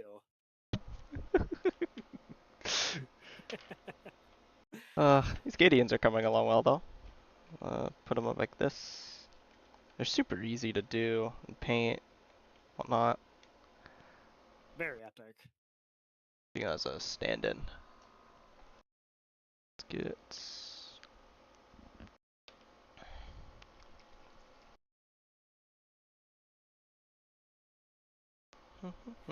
Yeah, but a lot of those like anime streams that we have in the Discord server are so fun because I get exposed to stuff that I would never actually watch on my own. Yeah, that's actually You very know what I true. mean? That's very true. Or just Like, in general, I I would think. have like never just voluntarily watched Orimo. Like if it wasn't like It's we hilarious. didn't decide to just go in that direction. Just go like, hey guys, this is kind of a weird, fucked up anime that we can just laugh at. I know there was a certain part of it where we were getting through it, and then you were like, ah, the writing is actually good. No. That was so funny. You're like, oh my, I hate it. Yeah, I just yeah, I mean it's like a lot of the it was so frustrating because it's like I went in expecting to just completely hate the shit out of this series, right? Yeah. But it's like I watched it and I go like, all right, the music's kind of nice. Some of the characters are genuinely funny, you You know. like what is it, It's like Kuroneko? like a lot of like the character designs are just genuinely very appealing to look at. And then I just go like, ah, dude, why am I enjoying this? I should I should flog myself for enjoying this. It's like it's like that You ritual that they'll like have in Orimo, Iran. Squidward. Don't you? No, it can't be true. It can't be true. I promise it's not true. Right? Oh, It's it's like hilarious. one of those anime that's just like kind of morally stinky, but it's still kind of a fun experience. And there actually are like individual things within the series that you actually can genuinely like because it just genuinely was well made. Yep. It's like you feel conflicted about it, man. Or I don't know, maybe a lot of otaku don't. They just go I like, don't yeah, think they are. I like all of that crap, dude. It's a bonus. It's like the rich piano meme where it's like you catch an otaku liking incest, and you go like, "Uh-oh, busted, busted, busted again." It's like that.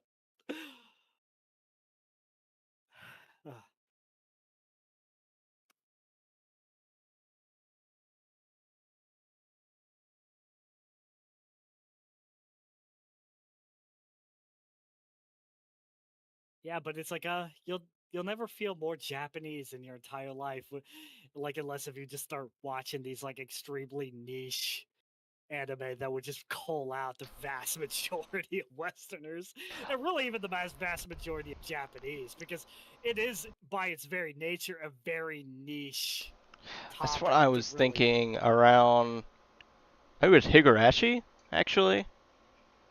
It feels just genuinely more Japanese than compared to a lot of the more mainstream stuff, I suppose.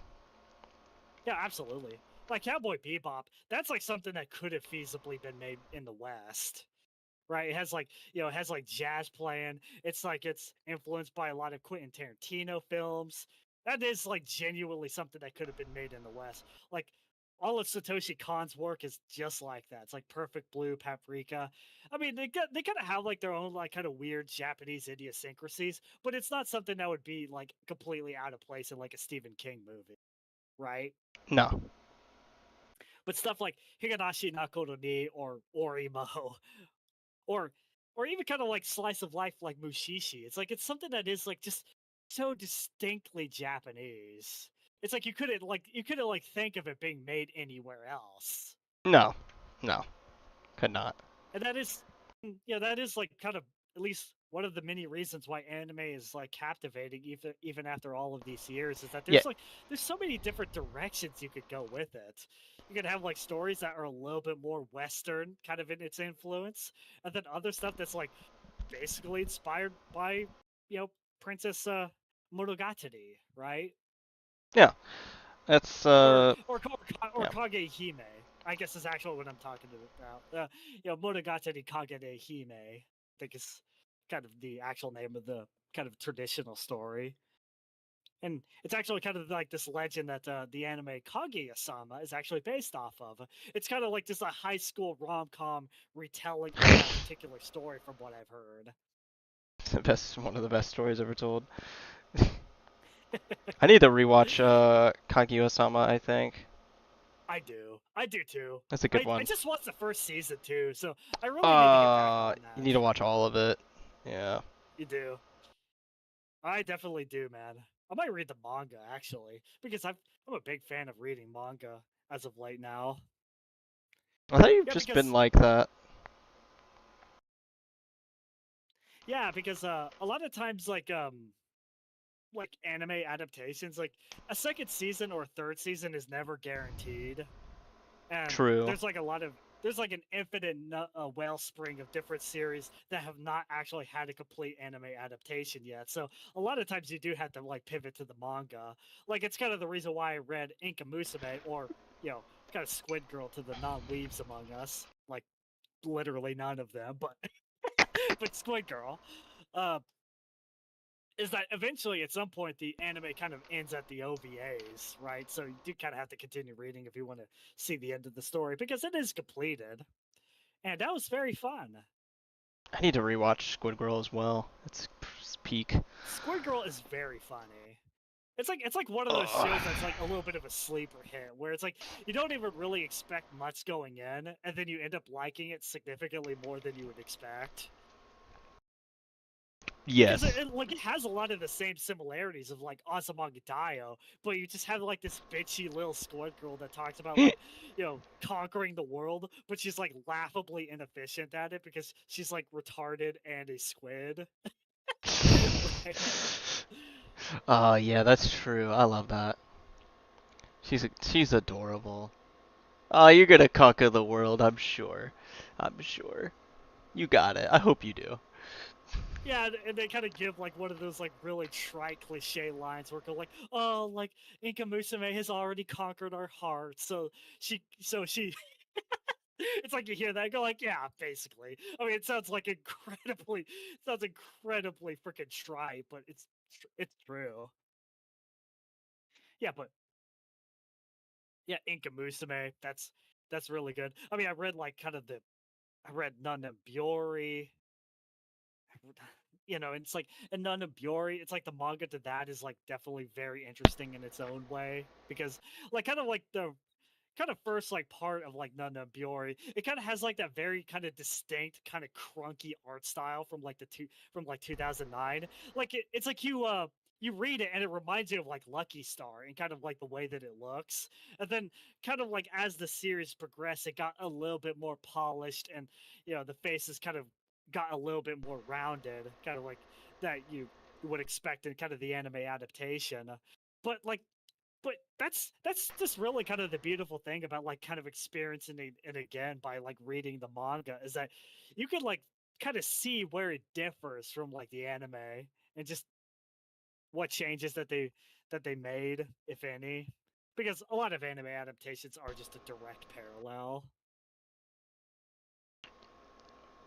Yeah, I am going to take a break and we'll be back in a second.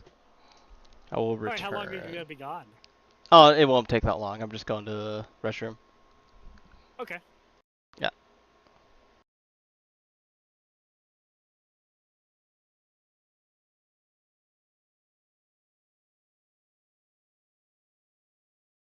Gargura. I think we all like Gargura around here. She's just kind of a bitchy little shark girl. you know, she might have been graduated, but she always resides in our hearts even now.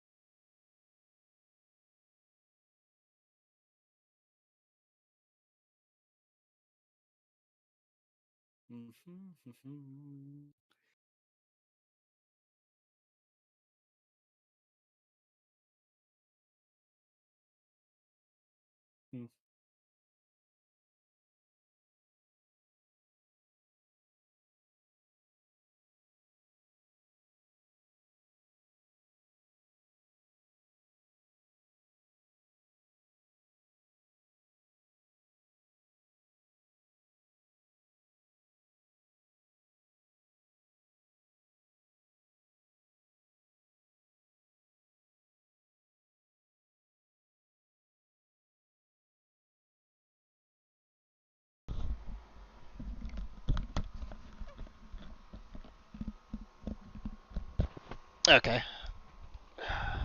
You're back? Yeah, let me do this.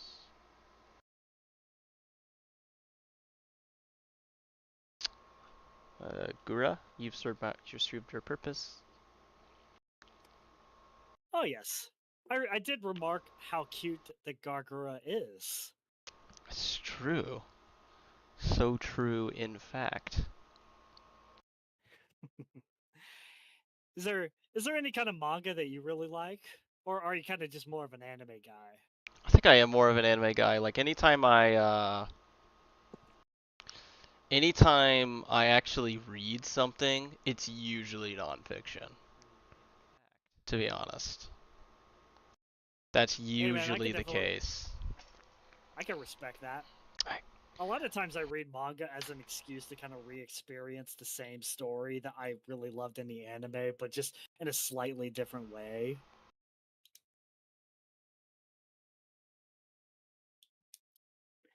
Yeah. Also, if you kind of read ahead of the manga, you can kind of just be that one pretentious asshole that freaking, that can potentially spoil things for other people, but you kind of just hold that leverage. yeah, there's Not very that I ever few do that, but I manga that do. I've done that with. Um, like I've read the virtual novels for like some of them at least, for Higurashi. I've read the light novels for Haruri, only the first four books. Um, and then what was it? Goro's Last Tour, because actually it's a pretty short manga line.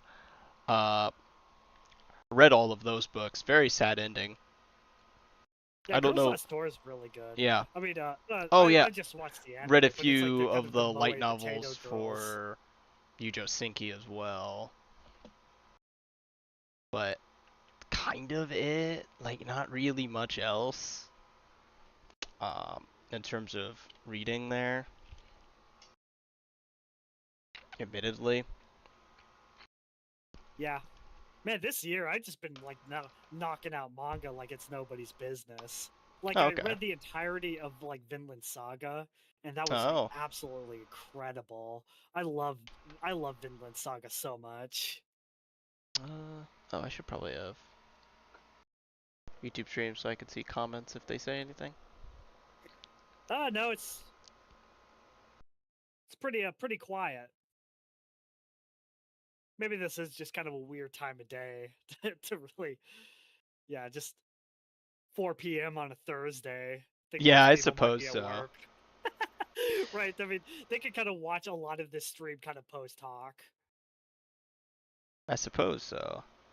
Cause I couldn't do it tomorrow because I'll just be busy getting Yeah, I mean, ready for things. So, yeah, we might need to include like some other members of the server inside of this call, so you know, or at there's some like a point. little bit less me just talking directly at you for 50 minutes. Right? Oh, maybe. That's not an indictment on you or anything. I'm just an incredibly chatty person. Definitely, I think so. Streams like this give me an excuse to paint anyway.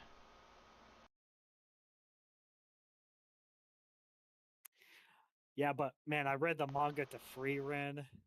Oh, yeah. A good amount of the manga to Frieren.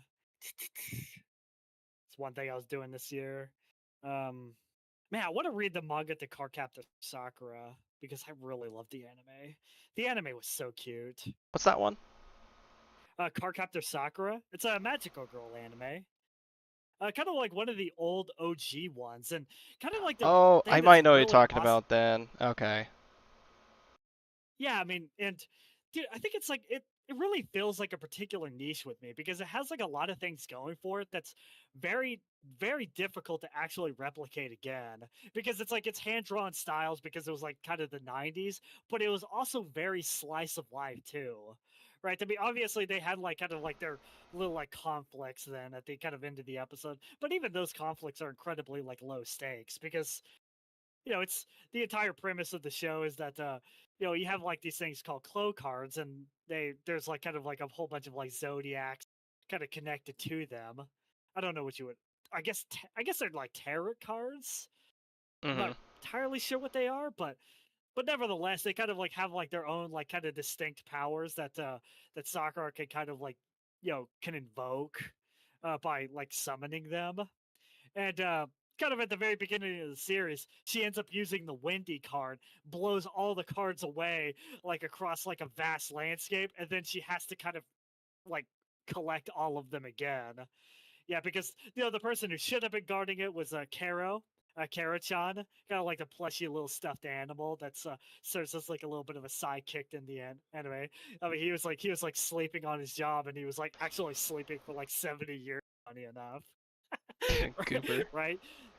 Yeah, so yeah, a little bit of a goober, but blows the cards all over the place, and they're kind That's of the just running anime with amok. the I've posted it. The airport scene. Yes, it is. Okay, okay, I know exactly what it is then. I just wanted to make sure. I was Yeah, feeling like it was that, but I wasn't sure. I never remember the yeah, name to it. yeah. I feel like you would really like it, right? I don't know Sounds how big adorable. you It are. looks adorable. Oh, it's absolutely precious.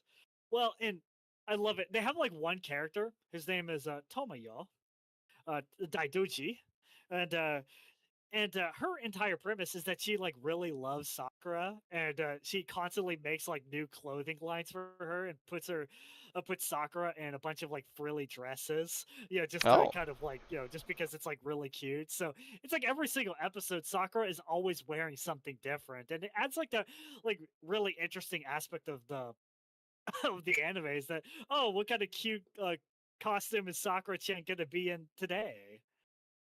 because it's always going to be different, right? Okay. Like Sailor Moon, it was like Usagi would obviously like kind of transfer into her uniform, but it's like with Cardcaptor Sakura, it's like there's actually like a person making all of them, and there's a Hmm. lot of like kind of comic relief in regards to that because it's like extremely like obsessive, like it's like literally just thousands of different like attire and uniforms that that that that she just cycles through. And Sakura is just like she's just like so kind and you know that she just kind of acquiesces to it even though it's just kind of weird. That's the girl with the camera. Yeah, she is. Yeah, okay.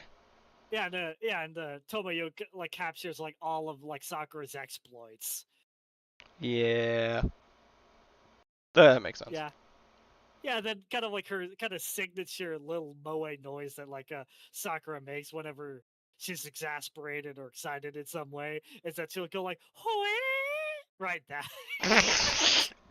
It's so funny. You would really like Cardcaptor Sakura. I'd recommend giving it a try. Sounds cute. Probably a stream It could thing, be a I little think. bit monster of the week. So if you're not like super big on that, then maybe that could kind of That's what drag you JoJo down. was. Oh yeah, especially like kind of like the second part of like part 3, Stardust Crusaders.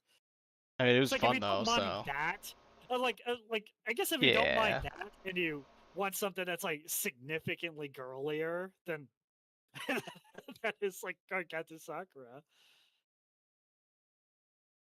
Yeah, and then later you kind of meet like Xiaolong, and he's kind of like the love interest, but he's also like a tsundere. So it's like Mhm. he doesn't like he kind of starts off as like a little bit of a rival. Yeah, and then he kind of like kind of warms up to Sakura more, and then it gets to the point where he's just like blushing like hardcore, like later in the story. I mean, spoiler, I guess. Yeah, spoiler from an anime that came out in the '90s. But It's over. right, it's it's so good, It's man. like spoiling It's what a, Evangelion. spoiling Evangelion. It's over. I was gonna watch. Oh, Cardcaptor Sakura is basically a slice of life anime anyway, so it's kind of hard to really spoil that. It's It's like, like oh no, K-On! With. Mugi eats a strawberry. Yeah. No. I was gonna watch. It's over. Yeah, it's the biggest war crime that Mugi has ever committed. She's actually still in hiding because of that crime of hers. It's true.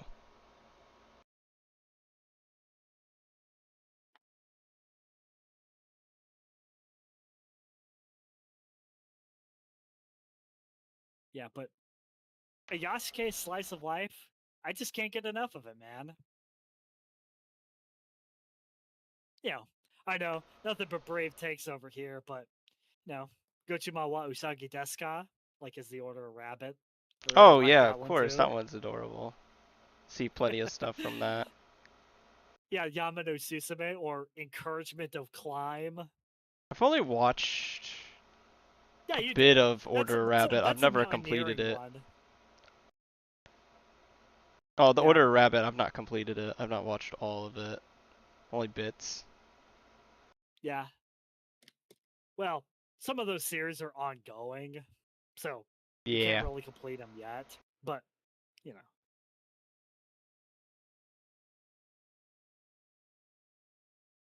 but that is the very beautiful thing about Slice of Life is that a lot of the episodes are very contained, so you could just jump in at any point and basically get it. It's just slice of life. It's just life. Yep. I don't know. Higurashi Nako Ni is like kind of a slice of life, right? I know that there's obviously, It's kind more of like slice horror of life with it. elements. Yeah. Yeah, it's like it's funny because I think it's on the tags on Mal is literally like Like uh psychological slice of life. Like psychological horror slice of life. Schizophrenic description. Um yeah, I call it a psychological horror slash slice of life more so because it's funny. Yeah, yeah. Man, that is actually much more common than it used to be now. Because when you think of what free run is, there's a lot of slice of life elements to it, even though like it occasionally takes on the aspects of a battle shonen, right? Yes. It's like the best aspects of both, right? It's like it could it could do like battle shonen very well, and it could also do kind of a Yashike slice of life stuff very well too. Where Yes. it's like, free run kind of gets stuck in those like little like treasure chest that bites her. That's funny to me because like I don't maybe it's just my Twitter feed, but I see way more of the slice of life clips from that show over and over again than the action. I forget action happened.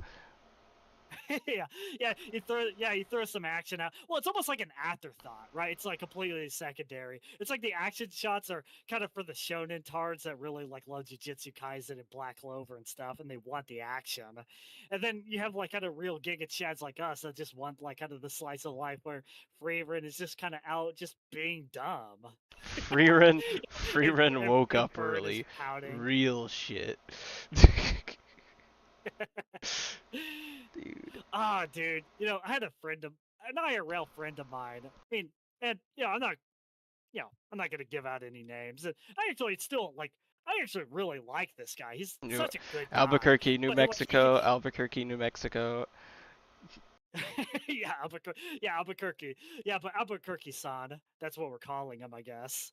Um, he actually said that he did not like Freerin because he thought like that Freerin just doesn't have that much of a personality. I went like, oh, that's such cold.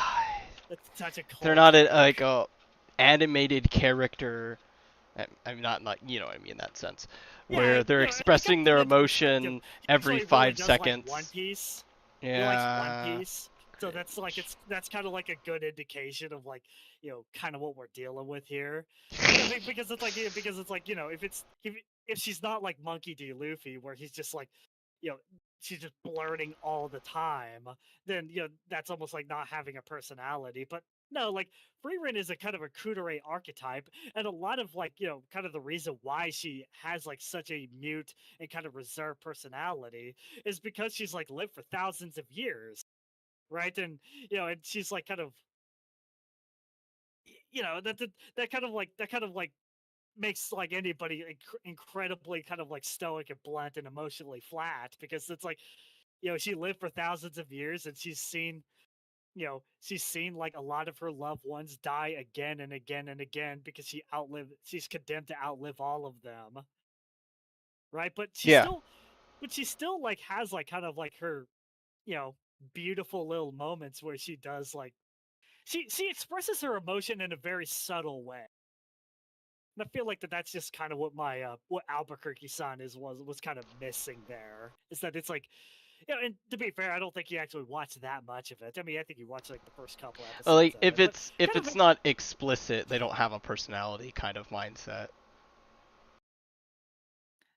yeah, that's Yeah. absolutely what it is. And it's you could call it kind of like the Kudere kind of Rei Ayanami archetype, but these people exist in real life. People that are kind of more reserved. That doesn't mean that they aren't layered. Often those kind of people are more layered. Absolutely. It's a lot of the people that don't actually have a personality are some of the ones that are the loudest. Yes. That's somewhat paradoxical, but it's true. It's like they're actually incredibly vapid and shallow, and they kind of make up for it for just making a lot of noise. True and real.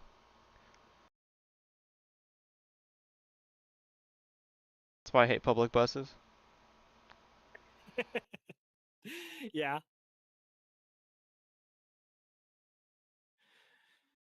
I think if Oh I've yeah. actually been on a public transport, it's just been,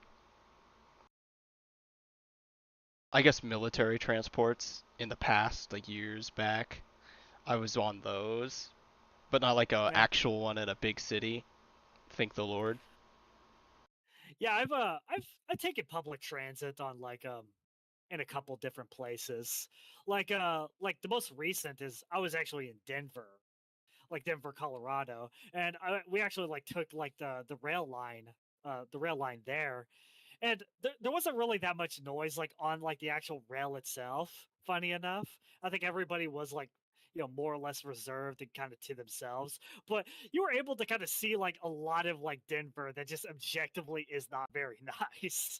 Is because it's like you're passing through the entire city, so it's like you kind of just see like it kind of just urban sprawl that just looks completely indistinguishable from anywhere else in the country.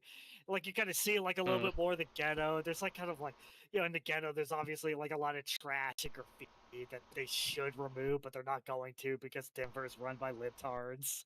Yep. And then you kind of get to kind of like the historic downtown area, which is like actually kind of the coolest part of the town, even if it is probably also the most dangerous. And, that's more or less how every large city in the United States works. you know, but no, I actually really like taking the rail line. I'm I'm actually not one of these people that one of these right wingers that actually counter signals public transit. I think public transit is awesome. You just have to have like a socially cohesive, high IQ population to really make it work. Yeah, Well, that you that's the just need to caveat enforce around the it. law. Yeah, that You know. enforce the law. Yep. Very Absolutely. true. Basically replicate what Nayib Bukele did in El Salvador. Yeah, I Like was thinking that. just just Just, you know just arrest beat people. It's just not that keep complicated. beating that drum. Just keep beating that drum. It's like the fix everything switch is literally right there. You just have to have the cojones to freaking press it. But no, though, there's no switch. I don't know what you're talking about. There's no switch. There's no switch. There's no switch, and you're actually like incredibly bigoted and racist if you do press the switch. But it's like you press the switch, and then you have like a country that goes from having the highest homicide rate in the world with like 140 like per 100,000 to like less than 1 per 100,000. It's like El Salvador. It's like the most like significant glow up that any country has ever received ever. In the you modern know, era, yes. like in the modern era, right? Because I know obviously there's other examples like kind of Korea kind of going from like being like, you know, poorer Africa than like level. poorer than Africa to like, into a modern kind of industrialized society akin to like Japan or the United States. So that's actually like a pretty significant glow up too. But I think in terms of just like basic quality, well, just basic like, instilling order kind of mentality. It's like El Salvador literally cannot be matched. We've had like kind of other versions of that, like kind of like the kind of Rudy Giuliani years in New York City, where he cut the homicide rate in half. Very epic. It's crazy. You just enforce the law and put the bad people in prison, and nothing bad happens. It's insane. It's just a tiny minority of people doing all the bad things, basically. Yeah, and that's kind of like the point that I would wish that we would kind of emphasize more, the kind of the 1350 ratio, because obviously it's like the 1350 ratio. It is literally true, and you should say it. It's like But I think, signaling to but a I think negative even more aspect of than the like, culture. yeah, but I think even more than kind of like the 1350 thing is like kind of like within that 13%, there's like 1% that's like committing just the lion's share of violent crime. It's almost like again, it's like it's just an infinitesimally small group of people that are doing basically all the crime in society. You know? Or like a problem with that too, though, is the people who commit crimes, their demographics, like the people that they're from, will go in justify what they're doing or excuse it, basically. If Yeah, like when you look at it like that. systemic racism and whatnot. Yeah. It's like, yeah, it's like a double-edged sword, right? It's like you have like a lot of like the cutthroats that actually commit the crime, and then you have like an entire like libtard class that like says that he only committed the crime because because he didn't get enough like welfare, and so it's like you need to kind of give him like a little bit of welfare, a little bit of therapy, and then pat his ass and send him, just basically put him back on the street so he can just commit crime They again. keep just doing it too. Like Like, in Britain, there was a woman, some Islamic woman, who went and just like beheaded a child and paraded it around, like the head, the that's severed head. horrible. And she went to therapy, and now they're saying she's cured and she's back on the streets. I'm like, oh, that's awful. That's evil. Yeah, You're it's too complicit in incompetent to this. stand trial. That's a classic one too. Too incompetent to stand trial. Which, if anything, that should be an aggravating factor that makes them less likely to be rehabilitated, not more. You need to like put them away even more because it's like because of somebody who's like actually like lucid and committed crime because like he's just genuinely an evil guy. It's like, okay, at least somebody like that could kind of sort of be rehabilitated. I mean, you could kind of, of course, like it often doesn't happen. Well, most of the time it doesn't happen, but but it's like there's at least something to work with there. You know what I Yeah. mean? Where it's like if you have like somebody who just genuinely is schizophrenic and crazy, then they are just a wild animal with rabies. There's nothing you could do. You kind of have to just you have to put them down or put them in like in some like cage and just never let them out. Well, that's like the problem that they have is like they take the innocent, they're innocent until proven guilty kind of idea, and they extend it out just way too far. So like if they're not capable of, like you said, standing trial, then we can't put them in prison because they don't know that what they did was wrong. But like that's not the response to that. It's like you okay, then you got to transition to seeing it like kind of like a wild animal who's just gonna go around killing people if you don't stop them from doing that. Yeah, absolutely. Just so much like lack of practicality. And what people fundamentally do not understand is that kind of like the limited government kind of like constitutional framework that the United States like kind of like enshrined into all of their earliest documents, it already kind of presupposes like kind of a high social trust, kind of very socially cohesive society that can largely manage their own affairs. The Yeah. reason why like they emphasize self-government so much and limited government is because they thought, okay, yeah, this guy can basically manage their own affairs, so we don't really need to do anything. We just need to kind of like kind of protect like kind of like you know people during legal disputes whenever they do happen.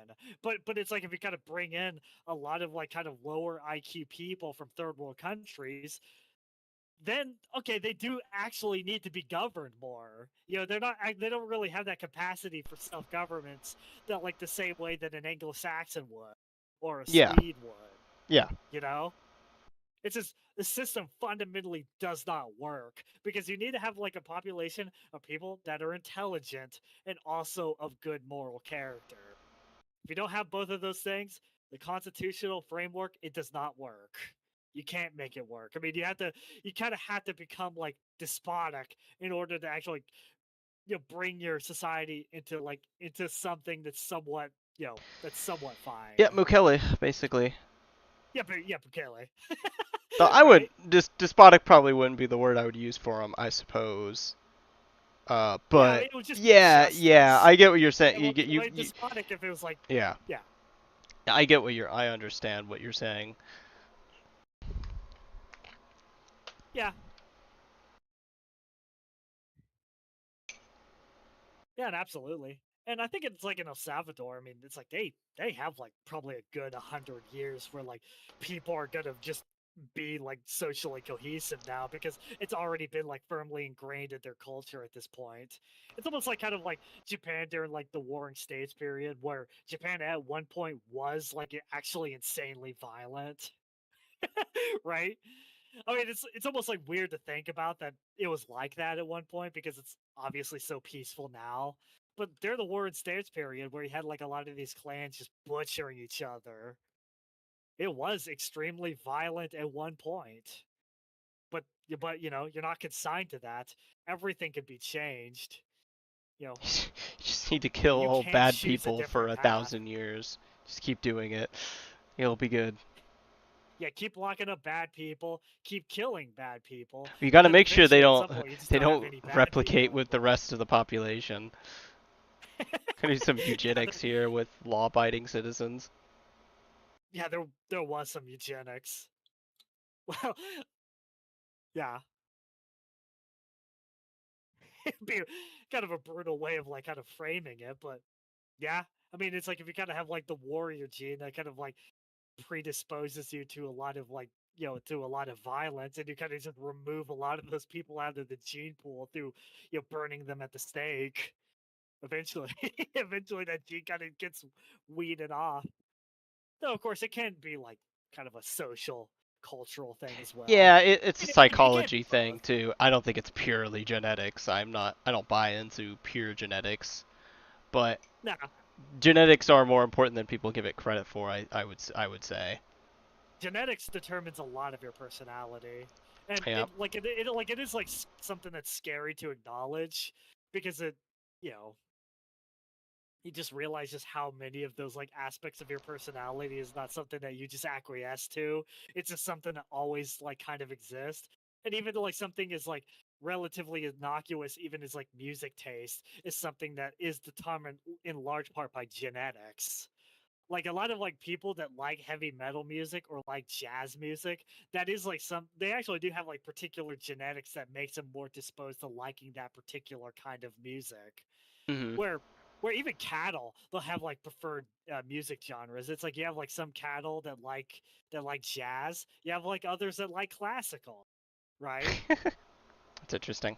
It's like chimpanzees are the same way. They have music preferences as well, and it kind of speaks to something, right? I suppose That so. you know, you know, I was like, yeah, they take some twins and they not intentionally, that's not what the experimenters do, obviously, but like they look at twins that have been separated and that went foster homes or something, and they get raised by different families, and they'll just make like some of the same decisions, like marry the same looking kind of women, uh, take the same kind of dogs and name them the same name, and all sorts of stuff like that. It's really, it can yeah, be a it's little spooky incredibly in some ways. fascinating. Yeah, it's like a lot of their IQ will be exactly the same too. you know, Yeah.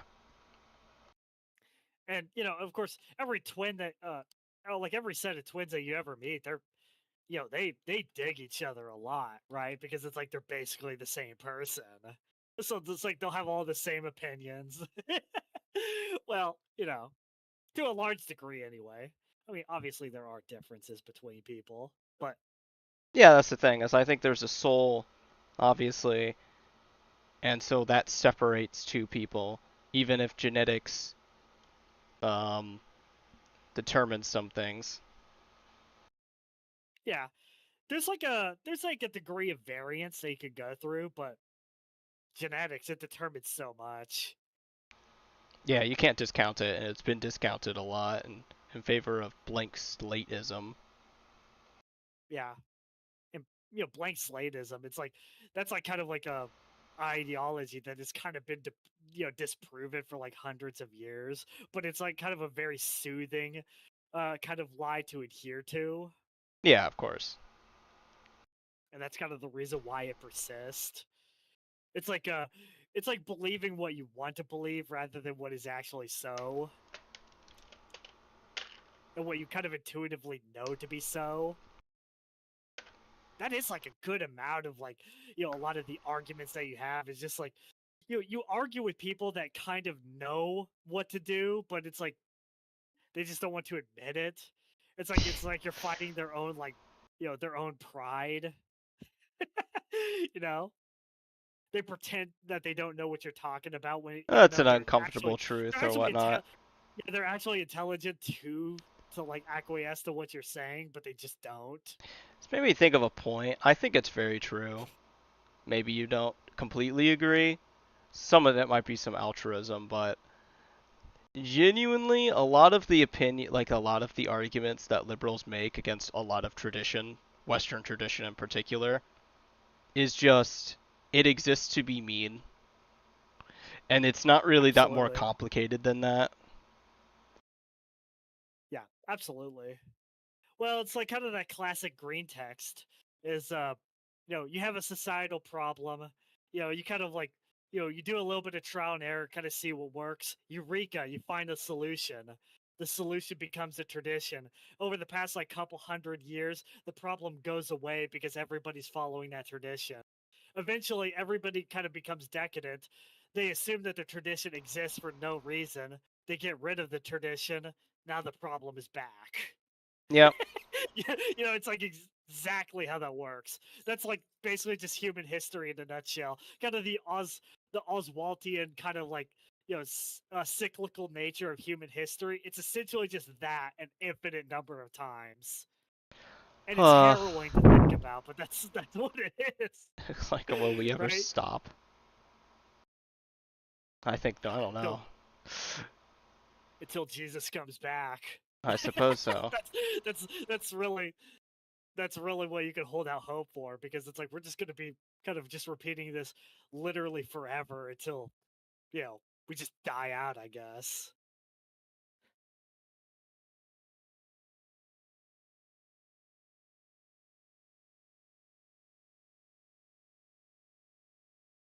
Yeah, I mean, it's entirely understandable. I mean, like how like a lot of like Eastern religions and kind of philosophies, they always like kind of incorporate like some kind of cycle like within their metaphysics, because that's just it's like when you witness human history, that is like almost exactly how that works. How it like kind of Oh, seems and no. kind of to the naked eye, right? Like in Hinduism, they have like the Yuga cycle. Yeah, where it's like you'll have like kind of a high degree of like people adhering to the Dharma in one epoch, and then kind of like the epoch that we live in, people are not adhering to the Dharma, and everything is actually very evil and bad. And then but you'll nevertheless kind of get around to the to the kind of epoch where everything is very nice and virtuous again. Right? Yeah, it's a basics. And I think some of that as well. Something interesting is that the cycle stuff became more so realized around the time the wheel was made. It's kind of just that is how, true. yeah, it's kind of like a way of human thinking as being shaped by the technology that they had. That was actually an interesting point that was I That found is that was that is incredibly fascinating, right? Because when the wheel was invented, you think of time in terms of cycles. When like whenever the computer was invented in the modern world, we almost like think of the universe or God as like kind of like an architect, like kind of a computer scientist that's like writing a lot of the code, within. It's incredibly the fascinating how point that that works. was made in that video specifically around computers was we're the generation Gen Z who's had a lot of the and zillennials, I suppose, who's had a lot of this been with computers like a lot of their young life. And so Mhm. we kind of think a lot in a computer way of maximizing doing the most efficient thing possible. It's kind of like you could Yeah, it's even like say, tinkering with the source code, playing around yeah, in the terminal, like in putting in some commands to to like remove some bloatware that you don't want, and then yeah, installing it's kind stuff of that you like what do. like the word maxing kind of comes from, like looks maxing, optimizing your life the best that you possibly can, even if you're So human, so it's not really possible to maximize completely.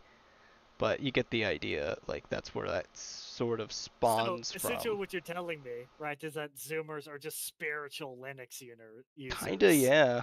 but Like just for kind of real computer. life. Like we think a lot in a Right? computer sort of way. Yeah, absolutely. Well, I think it's like different conceptions of the perception of time is just so fascinating to me, because that is like kind of like another aspect of like that Tom Holland book I was talking about, is that he talked about how like Christianity, it almost kind of introduced the idea of a linear timeline rather than a purely circular one. Obviously within the Old Testament you did have like cycles within that linear timeline. Yes. Yeah, so it's almost like you're heading in a certain direction, but you're kind of spiraling as you do it. right? Oh, Yeah, that's but like you're the Book of nonetheless like, Judges. I was actually looking at that recently. The Book of Judges, where that's literally the cycle. It's just an endless cycle of the Jews, the Hebrews, I'm gonna say, are following God and doing the right thing, and then as time goes on, they start falling back into their wicked ways, and then start worshiping idols. So they abandon God. So then God's like, okay, fine, you want to abandon me? Good luck fighting these invaders off. And then they get it conquered and they get oppressed for a while. And then they're finally like, okay, God, please liberate us. And then he goes ahead and does that. And so start worshiping a bunch again.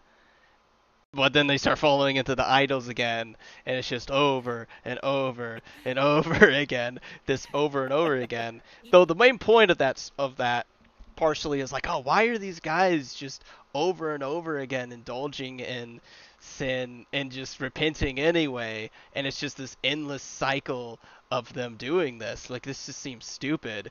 And then you'll go out and go, I don't know, Jorgen or something after that anyway, where you're doing the yeah, exact basically. same thing as these guys. And that's kind of like one of the points of the story.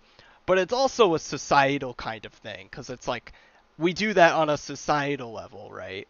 Like what we're talking about with the cycle. Yeah. Hey man, human beings are monkeys. Yeah. We just, it's like we respond to incentives, and that's almost like kind of the like that's almost like kind of like one of the big underlying like kind of themes of like the Old Testament, right? Is that like, we're kind of like wicked and depraved. It's kind of like that classic kind of like Veggie Tales like kind of quote where where like it's like the kind of like little child tomato kind of goes like, oh, like if God like delivered like Moses and his flock out of Egypt, then they must have been obedient the entire time, right? And it's like Larry kind of goes like, oh yeah, you think that, right? Right? You think that would be how it works, but Oh no. man. Yeah, that's pretty good. Yeah, I know that scene. That's so funny. Is it Larry or Yeah, Larry? I thought Larry was a cucumber. Am I getting it mixed up? oh, I don't know. I never watched it I know it as was a a kid. tomato.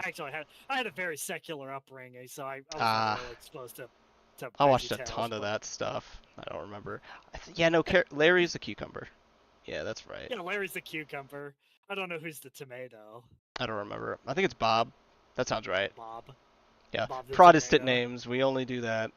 The most generic Protestant name possible. Yeah, freaking based Pastor Billy Bob Jones of So true. of Wickersham Baptist Church and You know Wickersham, what? Some of Alabama. some of the churches right now that have been the most faithful have been those like rural uh, Baptist churches in the middle of Kentucky. Like Yeah. those are the ones that have been, and like Catholics, obviously. Though Catholics kind of back and forth, but I guess you could say that about Protestants. So it's not Yeah. completely, but Well, yeah, because it's like baptism and like a lot of these like evangelical movements, they're actually still like extremely new movements. Dude, it's actually like insanely weird to think about, but if you think about like the Latter Day Rain movement, one of these evangelical sects, that literally just originated in a street in like Los Angeles, and you can actually visit it. And that is like wild to think about because you think of that particular movement that literally affected the lives of literally hundreds of millions of people, like in Latin America and Africa, right? And and it was just like it was just one one pastor in L.A. in a particular like street in L.A. like 45 Avenue. Like well, he ended up like creating this massive movement that was so much bigger than himself was, and there yeah. actually is like something that's like profoundly beautiful about it, even if you don't really like subscribe to kind of like the low church kind of Christianity that a lot of third worlders like, but I think um, a problem with well, a lot of these churches, the reason why they have lost their way is in order to gain new members, they tried to basically replicate the world. like become more progressive, basically. Like a lot of the Yes, like Methodist churches and whatnot, which is tragic because the Methodists did a lot of good work historically. absolutely. Well, Like, these more other churches, like the Baptist ones, are kind of more insular, but they've managed to hold on to membership and because the refusal to become more progressive and still ask a lot of their members. That's actually a big deal. Is making sure your members are contributing keeps people oh there yeah. Well, rather than yeah, just and having then this also like, loose yeah. whatnot system. Yeah, and then it's like there's also like a lot of the church is not connected to stately affairs, and that could be a big like that could be a big contributing factor as well. Is that kind of the reason why like people are insanely secular in Scandinavia is because it's like the affairs of like the church are completely intermingled with the government. So you go to like just kind of random like kind of evangelical Lutheran church in like Norway, it just sounds like an HR meeting that you would like that you get like just in any place of work that you work in. Yeah. Right? So it's like at this point you just kind of go like, okay, well what's even the point of this? I can like get this literally anywhere else. I don't have to actually go to this building, kind of wake up early on Sunday to hear this. So Norwegians and Scandinavians don't. That's it really is just that simple. Yep. It's like like the church kind of amalgamated itself to the state, so to stately affairs. So if like kind of like the And like government the is not Anglican really super Church. well liked. Yeah, basically the Yeah. Anglican Church too, and you know, in, in England, and there's like something to be said for that, where it's like you just can't you can't, and that's kind of the inherent folly of like a lot of these like kind of Christian nationalist people, is that it's a recipe for the death of your church, is if like it just becomes like the church and the state just becomes completely indistinguishable. Like I And think that's there was kind of actually like a that's line. that's what the like founding fathers like what they tried to prevent with some of these is separation of church and state. It wasn't the church won't have any influence on the government whatsoever. Whatever. It's the opposite. They wanted the government out of the church as much as they could, as much as Yeah, possible. absolutely, because it's a corrosive, kind of corrosive effect on the church. It prevents them from like kind of fulfilling their mission as they ought to, right? And there was a lot of wisdom in that. Right, and of course, like a good amount of it, it was also kind of like Enlightenment principles, where they just generally wanted it in two different spheres anyway. Because like Thomas Jefferson, a lot of those guys were like kind of deistic in kind of their thinking, but it like still Yeah. nevertheless like kind of carry true that it's like the churches cannot truly Well, be the Christian deists and if the it's like if they're Christians had they came to the same conclusion more or less. Is I think the kind of the way to think of that. yeah, yep, yep. USA, USA. Yeah, it Yeah, it's is part. Yeah. it is kind of funny when it's like you have like these like super complex, very intellectual ideas coming from like these kind of like ancient sources, but like liberals they just assume that everybody prior to the 1960s was just completely retarded, and that you don't need to listen to like anything that they say. It really is just like I said. The argument is just they were mean. Like that's the only reason this existed. Like there Yeah. wasn't any logic around it at all. So they remove it, and there's some creative freedom afterwards. But it ultimately always just comes crashing down. Yeah, it's just an incredible amount of hubris with these people. It's like imagine like actually thinking like that you have like genuinely nothing to learn from people that came before you. It's It's like incredible hubris. how can he how can he even really think that?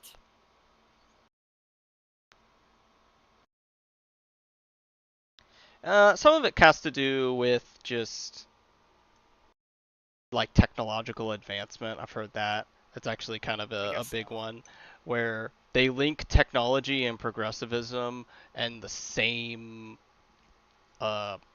streak. So like in order to like if we have more gay sex, we will get more technology.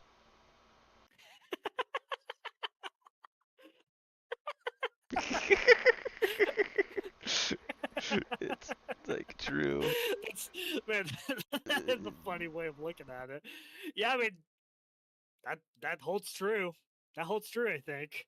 Yeah, because that is exactly how they view it. I mean, well, even kind of how a lot of like commies like look at it, where they just go like, "Hey, if we just have like enough butt sex, we could do like butt sex in space, like on a fully automated communism where Fully robots admitted just take gay care of us while we have communism. butt sex." Yeah. Yeah, freaking gay communism. It's like, yeah, it's like a lot of communists. It's like, it's funny. They'll be like ambitious in their own way. I mean, they'll care about space because the Soviets did, but as opposed to the Soviets, they want to have like they want to take it up the butt in space. They don't actually want to explore space that much. The Soviets are weird because objectively a corrosive group in an institution and so on. But like they still got that like kind of a masculine energy to them of like, yeah, we're gonna kill Absolutely. you kind of mindset. Uh yeah, it's just something that our commies just don't have. You guys are just I not know. like the old commies. You're just gay and cringe. Yeah, it's like you would almost prefer that your petty tyrants were actually really cool. You know what I mean? Yeah. It's almost like the biggest sin that like the libtard class commits. It's not even necessarily their libtard ways. It's just the fact that they're just gay and stupid. Right? Cringe. They're not cool. If you're gonna be evil, you can at least be cool. You know what I mean? Get some Hugo Boss in here and like get some of those cool uniforms or something. You're like, no, you're Like just cool uniforms, make just like cool gay. music, just Just have like gay. incredibly tough uniforms. It's like, You know, yeah. actually care about things and not just be completely nihilistic. And some of it just has to Because do with the coalition that leftism kind of comes from and their beliefs. Like they genuinely think like aesthetics don't matter and in fact we should just make things as ugly as possible. And also the coalition of losers, as I think like Kipling or not Kipling, Rudyard said. yeah, Uh, I'm sure that he was paraphrasing somebody else, but it holds true nevertheless. It yeah, is a coalition of losers. Well, and it's almost like kind of silly to think that to actually assert that aesthetics don't matter because kind of the only reason that people are really Nazis nowadays are just because like the Nazis had incredibly tough looking uniforms. yeah. That There's a is like a portion of big people that that like is the a big aesthetics, that dude. is a big part of it, right? I mean, I know that there people can obviously hate Jews independent of that, but I would argue that about like 70% of the Zoomers that kind of get taken in by like a lot of the neo-Nazi stuff, they get taken in just because like the Nazis had very tough aesthetics. They were very masculine. They wore like black. They had like skulls like on some of their Skulls are patches that just cool. genuinely are really cool, right? And that's why a lot of people fall into that. I mean, it's almost like kind of part of the reason why like a lot of like black metal incorporates a lot of like Nazi imagery into it because it just really is like imposing and tough looking. Yeah.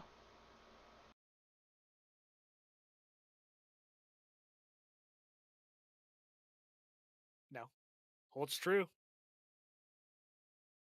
No lies Like in detected. other words, make things beautiful because it actually does matter. It's purely utilitarian aspects of like our architecture. It's like that you shouldn't do that, right? You should make your buildings beautiful, right? Oh, I missed That's this one. Yeah, no, it's like, and it's been said as well, like it was an intentional decision to just make buildings terrible to demoralize people. yeah, absolutely. Like if our ruling class and our ruling elites are a bunch of like nihilistic gay retards, right? Then that's gonna filter down to everybody else. It's like they're gonna make everything like super gay and retarded and nihilistic to kind of like instill that idea into everybody else around them, into kind of the peons that are under them. Where by contrast, it's like a lot of like the beautiful Baroque architecture that you see in like Italy and like Austria and whatnot. And like it was like specifically architecture that was meant to kind of like bring the kingdom of God down into our physical realm. You know what I Yeah. mean? Yeah. It's to kind of bring like greater glory to God by making your towns beautiful to look at and to remind you of the divine. Well, a lot of the brutalist shit. By contrast, I mean, it's like it does like it does that, but in reverse, right? They want you to like be nihilistic and basically kill yourself, and that's the reason why they make these brutalist concrete buildings to completely demoralize you and become like just another peon and another brick in the wall.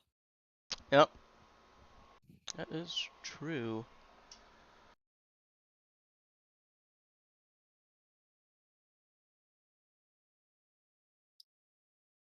Yep. What is this? I just see I have a bazillion messages on Twitter, and I'm like, what's going on?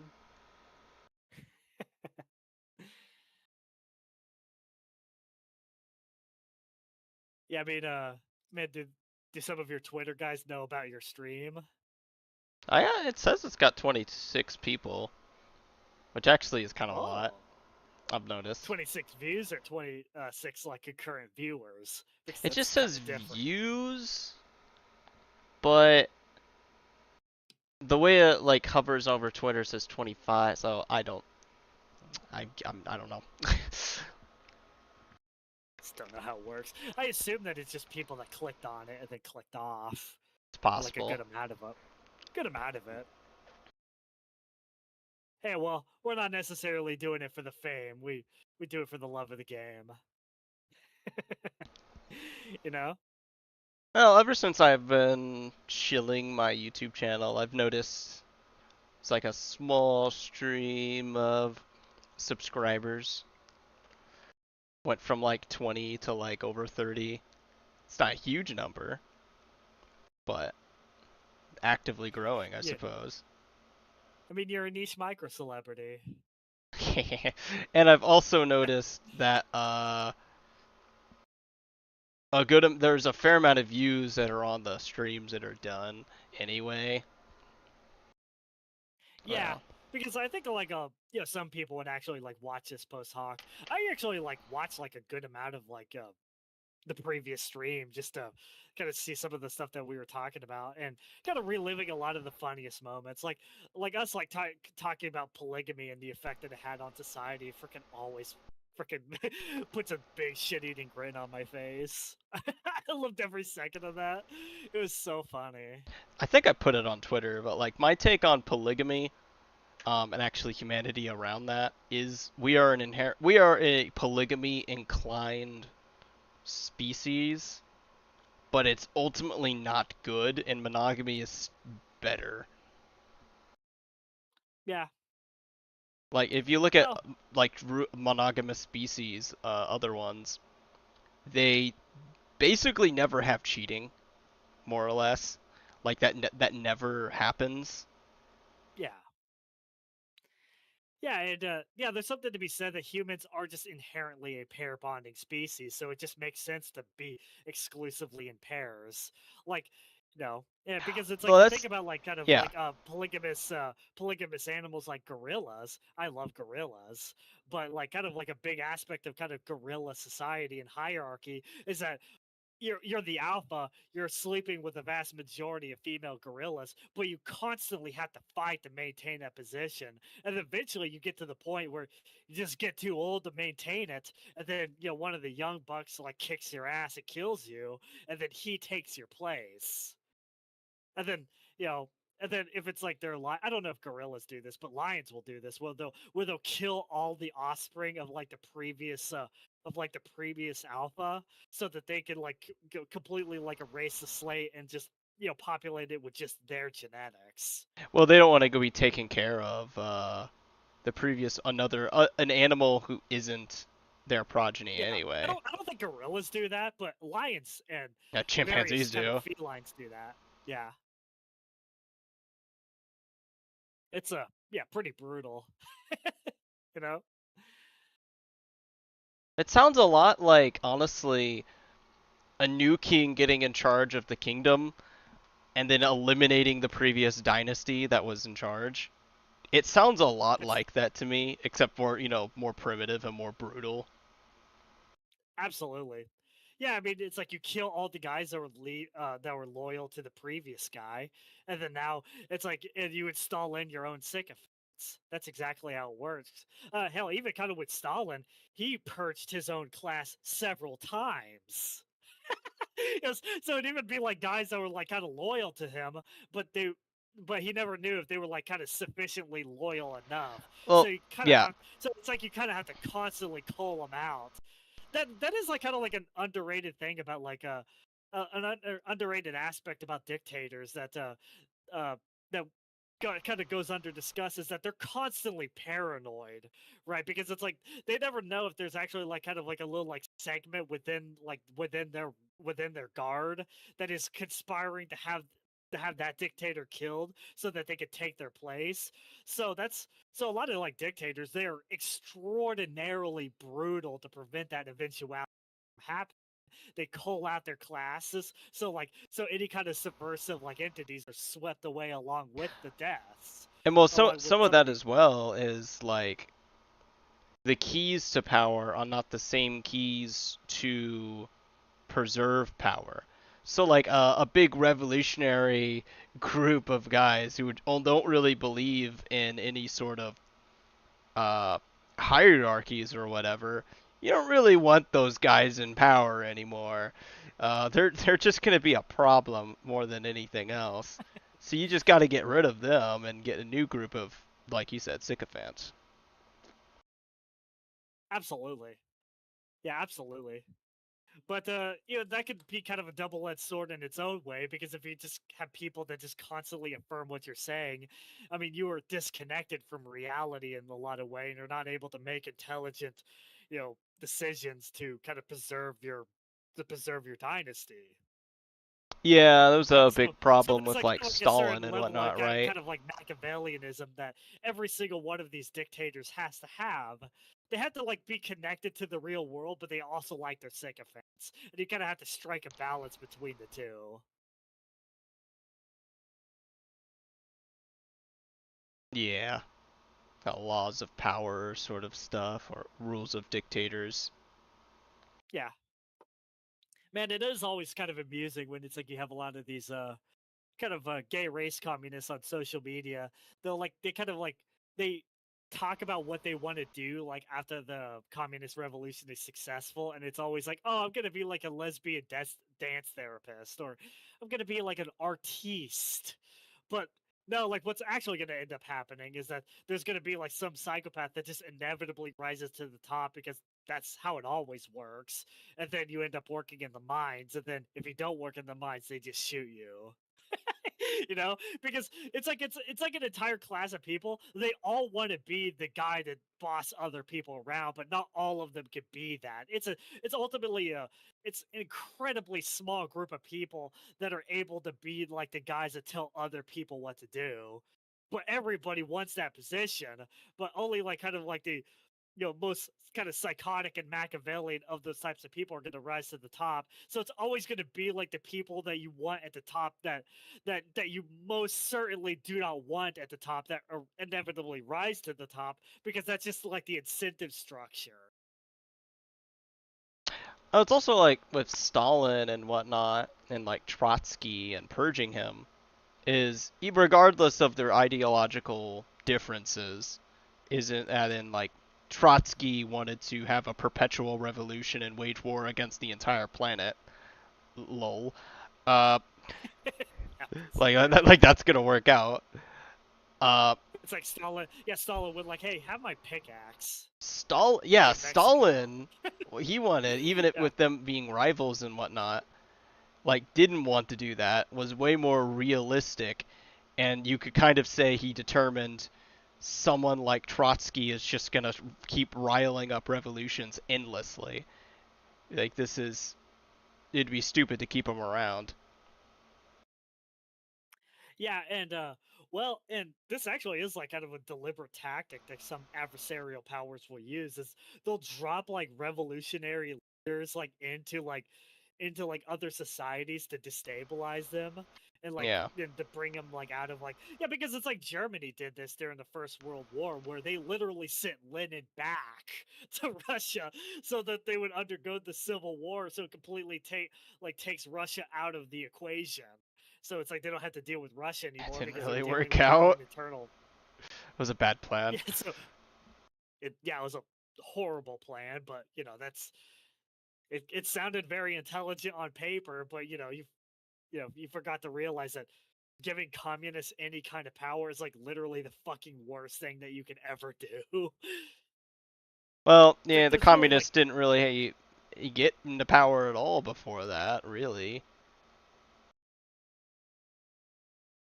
Except like maybe the yep. Paris Commune.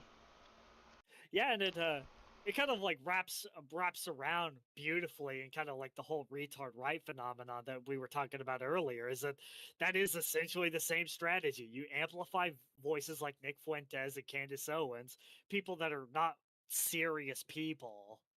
They're just retarded people that are obsessed with Israel and don't even care about voting. Lol. Right?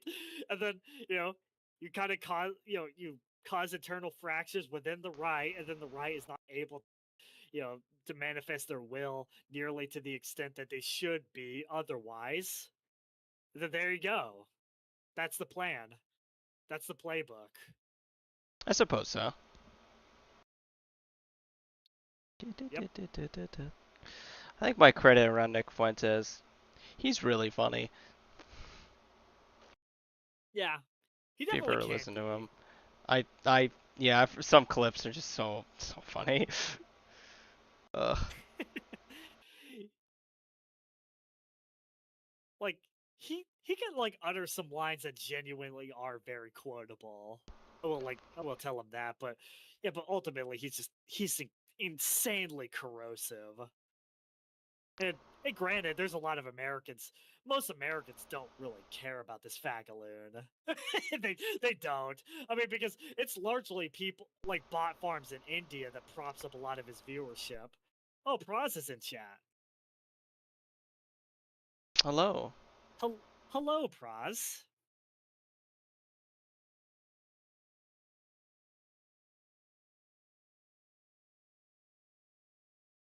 Yeah, one of our Discord mutuals. We all love Praz around here. you know. Famous Proz CD. Yeah, he's a very talented guitarist. He's able to do like covers of like Azumagadayo, like of the opening, and sounds beautiful. Who are we talking about? We're talking about you, Praz. Yeah, we're glazing you right now, dude.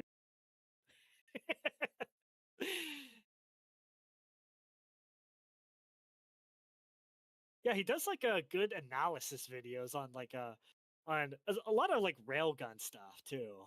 I don't know if you ever listened to that. Like he did like kind of a cool video on Code Geass as well, because Code Geass is one of his favorite anime. You're actually watching Code Geass, aren't you? Oh, I finished it all a while ago. It's pretty good. It was pretty good. I liked it. Um, Yeah, yeah. yeah. Lelouch should have stayed the Emperor of the World. It was cool. it, it was genuinely very cool. Man, that is wild how that transpired, because it's like you started your series like rebelling against like the monarchy and the emperor, and then you just end up becoming the monarch. You just switch sides. But, you know. that's a classic sort of cycle. This whole entire history. We're just basically talking about that. Like, yeah. Yeah, it's like the most ideal leaders, right? Is like the ones that don't really want to be leaders, but they just feel compelled to do so. George Washington. Yeah, George Washington. Just wanted to chill. Virginia, man. Yeah, it's like Calvin Coolidge was Like cool because Britannia, it's like sure. because he like he was known as like Silent Cal. He like never like talked ever. he like ran the country for 4 years, and then it goes like, "Hey, Calvin Coolidge, do you want to like run again?" And go like, no, not really. He's unironically one of my favorite presidents. Like, what'd he do? Yeah, Calvin Coolidge is just so Nothing. cool. Hey, do you want to run the country more? Go like, no. I actually kind of hated this. This was boring. He's just kind of a boring guy, but it's like, in Well, a it's way, like they they could be kept like, trying to pass progressive bills or whatever, and he's just like, no, no. no. Like barely any bills passed whatsoever under his Yeah, watch. yeah, because he was like, he was principally a libertarian. He's probably like the most libertarian president that we've ever had, right? Because his entire Mhm. philosophy is like, hey, the government shouldn't do anything. I hate the government. I'm in charge of the government, but I'm not gonna use the government all that much because that's literally stupid. It's Well, kind of like like if his things entire are good, there's really no reason to change anything. yeah. Yeah, but those kinds of leaders are few and far between. It's like the ones who actively don't want power, but they just end up in that position anyway. And out of a sense of obligation. I feel like it's like with Calvin Coolidge. It's like that guy genuinely became president out of a sense of obligation than like what he wanted to actually do. I would even say that Donald Trump is kind of the same way. Of course, he's more concerned about like his legacy. I think he is very much concerned about that because I think he wants to be remembered as a man of history who like kind of like turned the United States, into kind of a great empire that it, kind of that it once was. So there's definitely that. I mean, I feel like Donald Trump is definitely a lot more grandiose than ever Calvin Coolidge ever was. He definitely has like a lot of ambitions, and he wants to be remembered as a great man of history. But he was also like kind of a man who could have just easily just continued being a real estate tycoon, and he would have been fine. Just playing golf for Yeah, the rest of your life, never have to work another day in your life.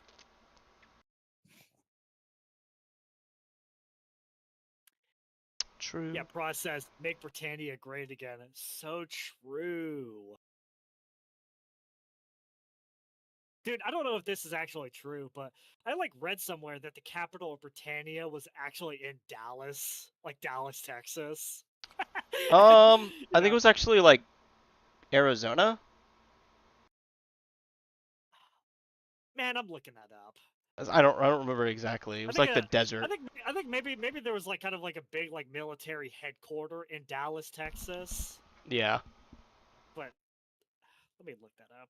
The Holy Britannian.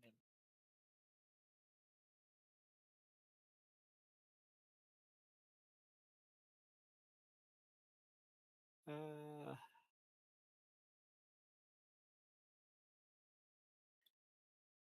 do. Could have swore I heard that at some point.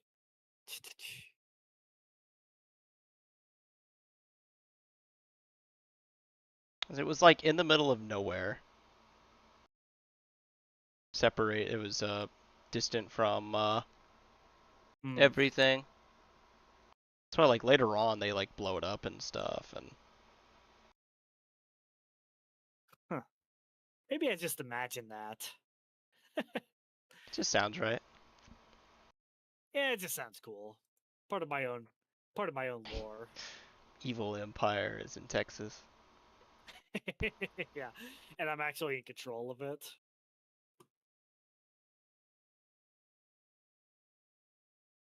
Yeah, Evil Empire in Texas, and then you decide. Yeah, I think like literal billions of people have to die. Oh, the spare cake is back. How's it going, man? And Yababa Bumman, 1622 said, "Why is it Warhammer and not War Screwdriver?" That is a very epic point. The hammer's good for everything. Yeah, what's that saying? It's like the nail that sticks up inevitably gets hammered down. Yes. That's why.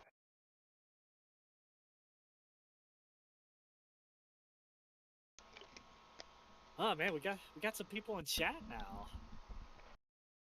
Well, hello. The Spare Cake says, "Long day at the Long Day Factory." Yeah, it definitely does seem that way. I still have a night shift ahead of me. I mean, I go into work at like 8 p.m. here, Central Time in Texas. So in about in about 30 minutes, I'm afraid I'm probably gonna have to bounce. But Oh wow, it's been that much time already. Wow. yeah, I mean, we've had like a 3-hour stream. The time always flies when I'm talking to you, man, because usually we talk about like kind of spicy politics, a little bit of bride napping, a little bit of moe anime. It's like all the Uh, essentials of I'm a life. strong bride napping advocate. Says so in my Twitter bio. That is very true. Yeah, one of the most epic posts that you posted recently is that you talked about how Kyrgyz it's like Kyrgyzstan got like high speed internet like Starlink, and then it was Yeah. like all the good news about bride napping could come to me much faster.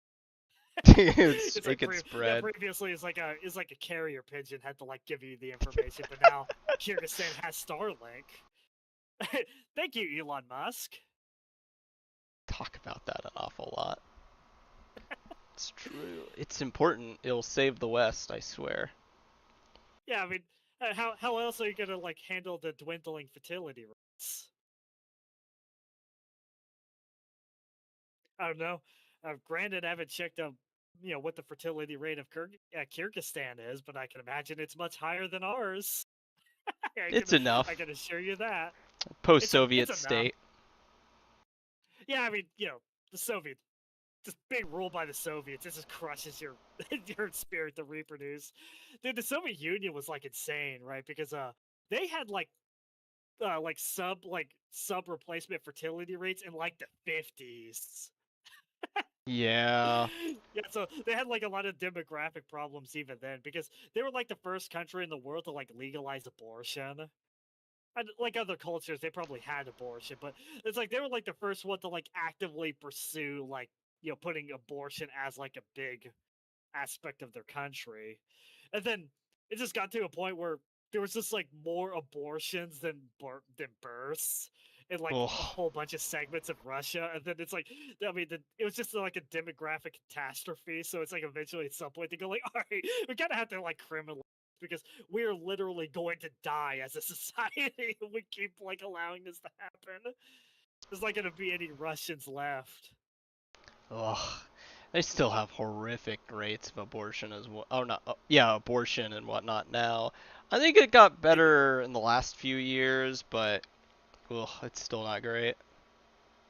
Oh yeah, I mean, yeah, a lot of people like dunk on Russia, like very understandably enough, for having like the highest abortion rates in all of Europe, but it's actually like lower than it was previously.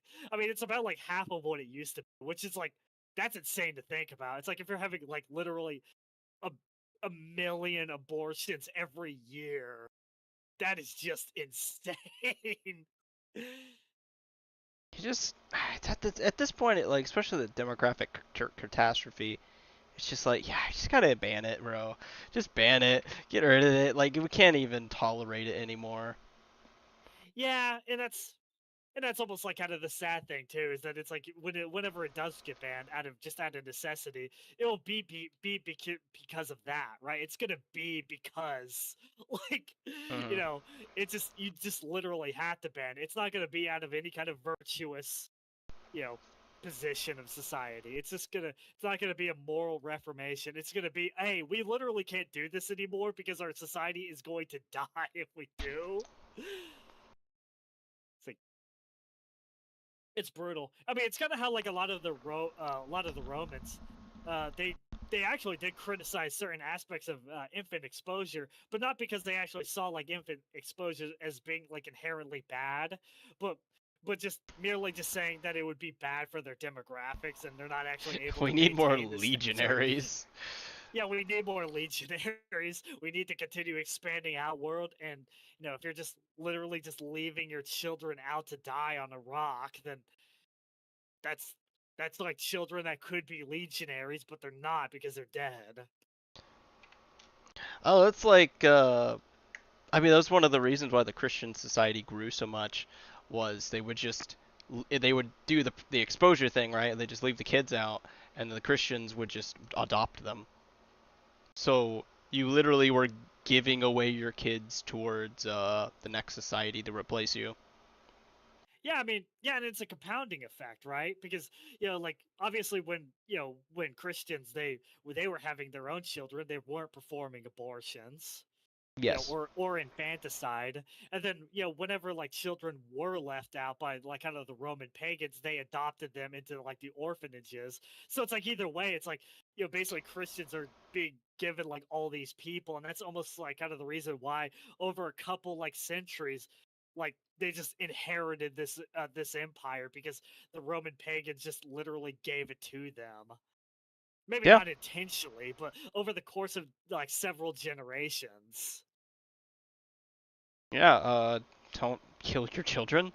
I guess that's the moral of the story. Don't kill your Yeah, the children. the wage of sin is death. The kind Yeah. of like to use like kind of a biblical kind of a biblical allusion, but yeah, it's kind of crazy, right? It's another turning point in society. Hey, you shouldn't kill your children as much. It's like don't don't fuck your first cousin and don't kill your children.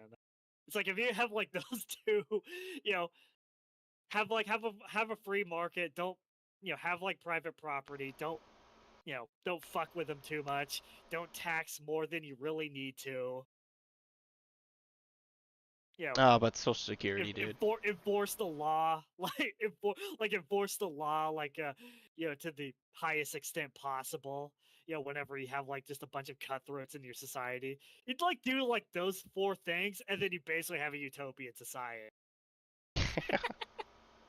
Right? It really is just that simple. Maybe it's not necessarily easy to do all those things, but it is simple. Fix everything button. It doesn't exist. You can't do that. Yeah, just gotta press the fix everything button. Yeah, Despair Cake said, "I trust your plan," and I had no idea Russia was like that. Yeah, it actually is true. It is. That's what 80 years of communism will do to you. Communism, not even once.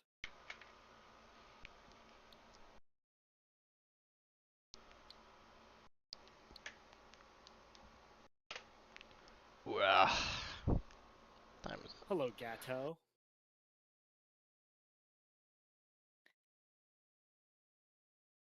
Yeah. mental Yeah. gymnastics. Yeah. And like the way that they even did legalized abortion in the United States was just very top down and was done through like the justification for it was it's a private decision, we shouldn't interfere on that. Like that was like they just really bent the law in order to get that Yeah.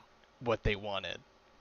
Yeah. It's a constitutional jurisprudence where it's kind of the dichotomy between is the Constitution a living document or a dead one, right? And of course, if you're kind of adhere that it's a living document, then you can just kind of just keep making up shit around it until you get what you want, and that's just how leftists kind of affected basically all of their social transformations, whether it be like gay marriage or abortion or kind of like lax on crime laws. It's like it's all top down.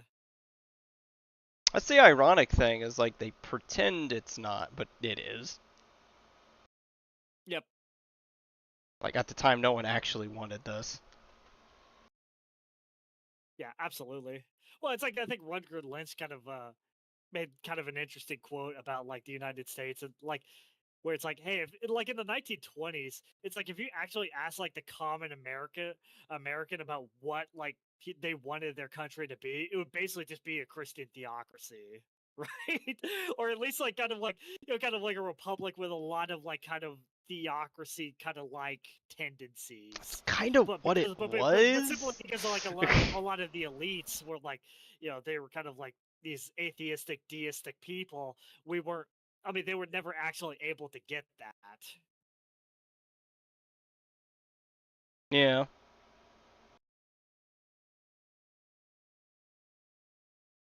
yeah, maybe theocracy is a little bit of a loaded term, but you kind of get what I mean. Like, Heavily Christian influenced state.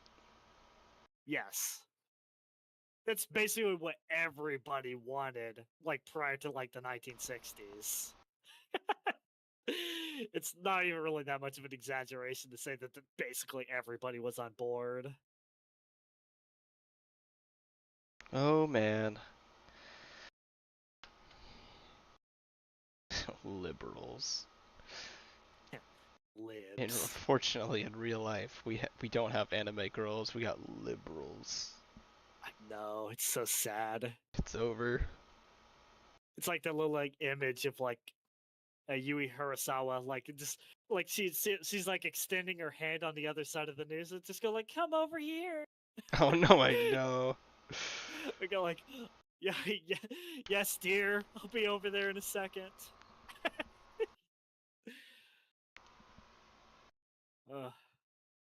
Why can't anime girls be real? Maybe they are real. Japan, they kind They're of real are. to me. They are real.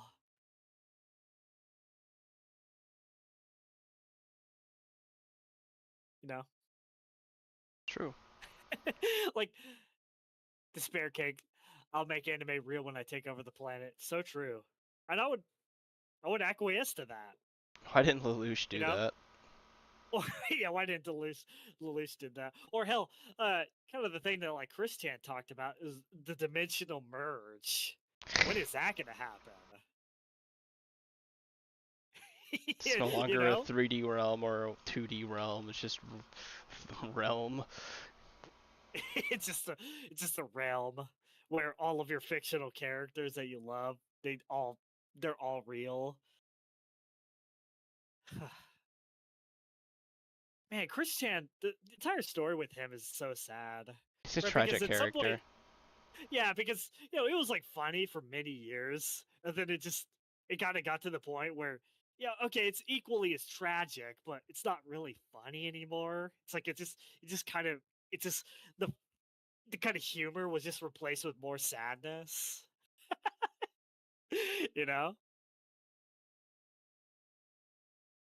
To being the supreme overlord of the world. It's true. Oh, I need to Yeah, verify the I'm Spare painting Cake, this you're a correctly. niche micro celebrity.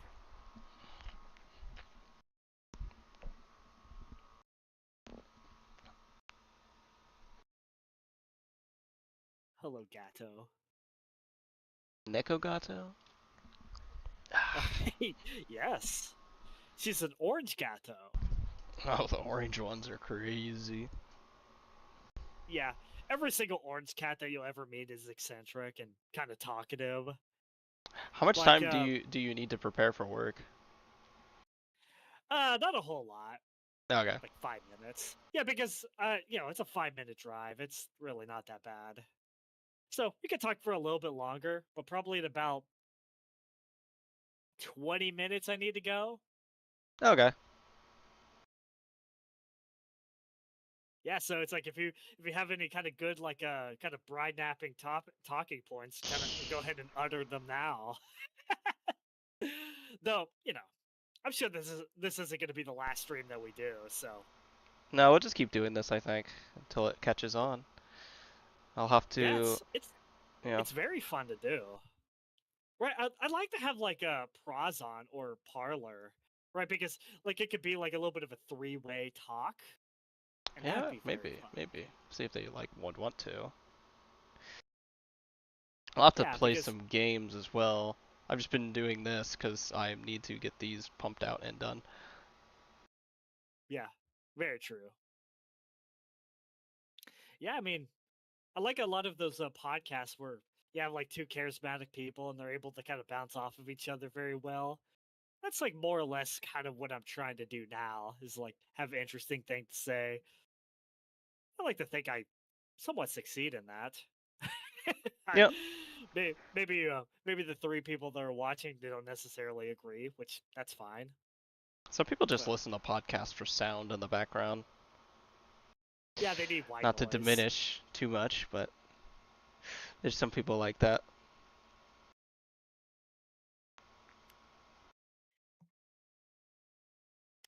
Yeah, maybe we could have something akin to like a readers club where we'll both read like a manga or watch an anime at the same time, and then kind of give our insights on No, it. not a reaction channel. No, not a reaction channel. No, not nothing like that. I mean, like we watch it first and then we talk about it afterwards. Ah, okay. You know what I mean? Yeah. Like like kind of like the like say if we wanted to watch like Witch Hat Atelier, like kind of like the beautiful anime that's like currently airing. Yeah, we can like watch like 3 episodes of it and then talk about what we liked about those 3 episodes. Perhaps. That's something that we could do. I know that you kind of taken a little bit of a liking to like Richie and some of the witch girls. For gore. For what? I know that you taken a liking to some of the characters in Witch Hat Atelier. For gore, what that is. That's what I was asking. Uh, in the anime and manga tab in our Discord, it's like the most recent post that you posted. Oh, I even posted it. Yeah, you posted it, buddy. Were you posting it without even realize where it was from? Yes, I just thought it was a cute girl.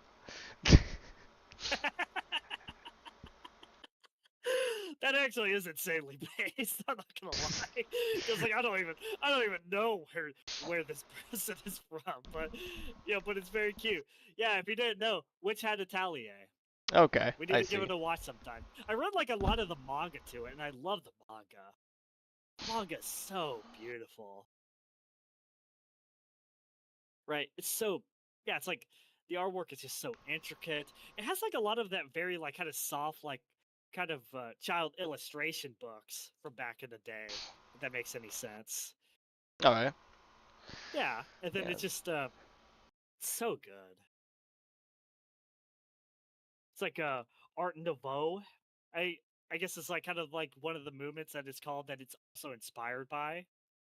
But yeah, like essentially what that is that it's like having like a bunch of like incredibly kind of like organic looking kind of ecology in your particular world that's different from our world, right? Hmm. Like Witch Hat Italia, it has like kind of like little like critters. Like there's like kind of like this weird like little weasel thing that Coco, the main character, like has that that's kind of like her little like sidekick. And it's incredibly charming. It's like classical illustration, a lot of like Renaissance art, and a lot of influence from like kind of classic children's books too. And it's like kind of like a hodgepodge of all three, and then it's kind of a beautiful cacophony of all that. Okay. It's like a lot of artwork from like eccentric plants and insects and flowers and all matter of natural forms.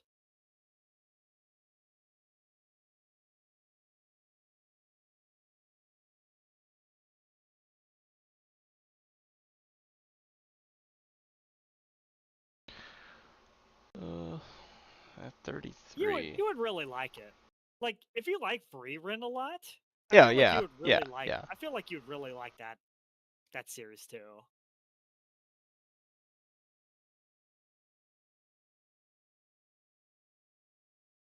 Yeah.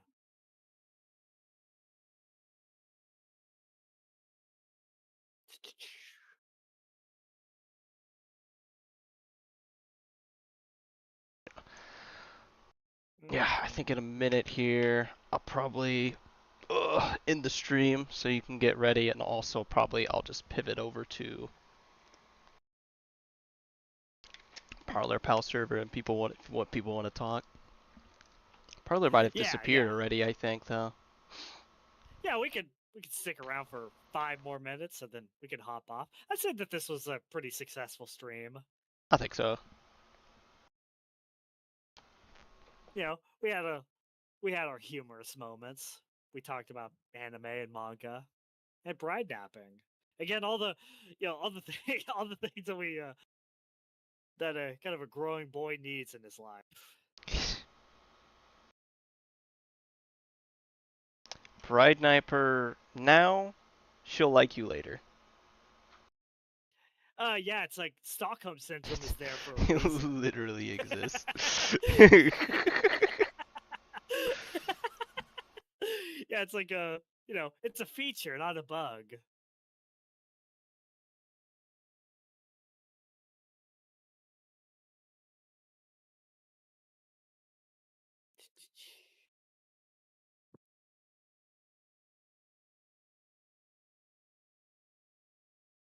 But never do it without consent, though. Yep. Sometimes an exposed shoulder can be consent. It doesn't Oh necessarily my have to be gosh. it doesn't necessarily have to be verbal. I know that that's a point that you've made many a time.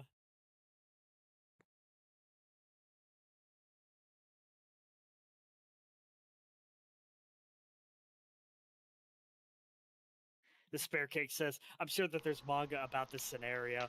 Dude, funny enough, there actually is. I mean, if you're like talking about bride napping anyway, because there's actually like, that actually does happen in a manga called A Bride Story. And like, what that is that that's like, it's kind of a Central Asian, kind of inspired manga. Like a lot of like kind of nomadic groups along like the Silk Road.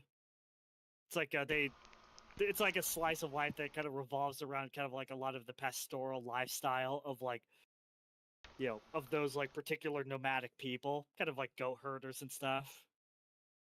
And man, that's like another very impressive manga. It's like every single like frame of that manga could be like displayed on your wall because it's just so beautiful. Even the bride napping? Well, yeah, I mean, there's like actually like one like kind of aspect of the story that happens later on where somebody actually does get bride napped. you know, They stay together? No, they don't. Aw. Unfortunately, I know. It's Cringe. oh cringe, but it's worth watching just for, you know, well, watching. It's worth reading, nevertheless. I think I might have sent you pictures of I know. I'm screenshots of pretty it sure you before. have. I think I remember this.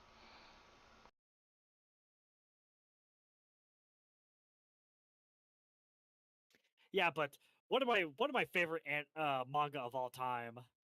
It's it's one of those manga I feel like would be incredibly difficult to actually adapt because it's like the same thing like Vagabond or even Berserk, right? Is that it's like the artwork is like there's like so much shading in it that it'd be very hard to replicate. You know, sometimes it should just stay niche. Yeah, absolutely. Though It's like if you honestly, like you described bride napping happening. Oh my, the memes, they would probably be summoned from that with exposure to the public. yeah, yeah, but it's great because it's like there's like so much like emphasis on like embroidery and traditional clothing and architectural designs and you have like characters that practice like falconry because that's just their way of life. Kind of herding goats, a lot of like kind of pastoral like slice of life stuff. And it's like Interesting. it's so and it's such a unique setting, right? Because you've had like manga that take place in like England and obviously Japan and the United States, but never in like Central Asia, like Kazakhstan, like Turkmenistan, The Uzbekistan, all stand those countries are places. just forgotten a lot of the time. Yeah, I mean it kind of is like an underrated part of the world, just because there actually are like cool looking stuff there. Like a lot of the architecture is just absolutely sublime.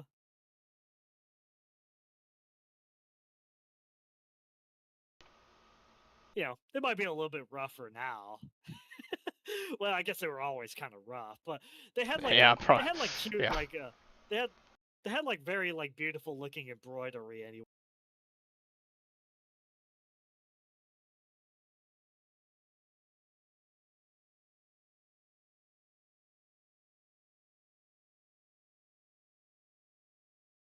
Yeah, but it's a kind of a great it's a different kind of slice of life because normally when people think of slice of life they just think moe blob shows like K-On! Or Nana Biori. and those shows are obviously very exceptional. But there's like different kinds of slice of life too, like Mushishi and Bride Story, where Yeah. it's almost like it's very like introspective.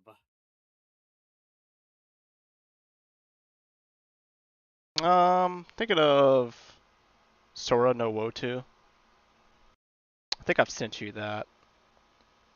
It's basically a Which one is slice of that? life.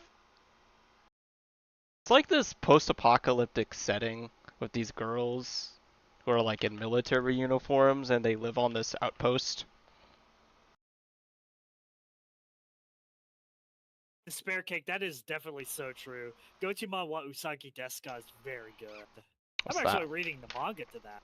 I mean, that's like like little moe blob anime girls that like work coffee shop, you know, and all the characters they're named after drinks. Like I kid you not. It's like one of the characters, her name is like a Hota Cocoa, right? Like hot cocoa. There's hot mocha. There's a cappuccino, which you kind of know her. She's the one that has like the rabbit on her head, but cappuccino. And True. that's like the entire like naming scheme for every single character like in that show. Like Blue Mountain, there's a character named Blue Mountain in that, like Aoyama, and that one's very epic. True. You would like Gojima wa Usagi Deska or Is the Order a Rabbit? It's fun to say in Japanese.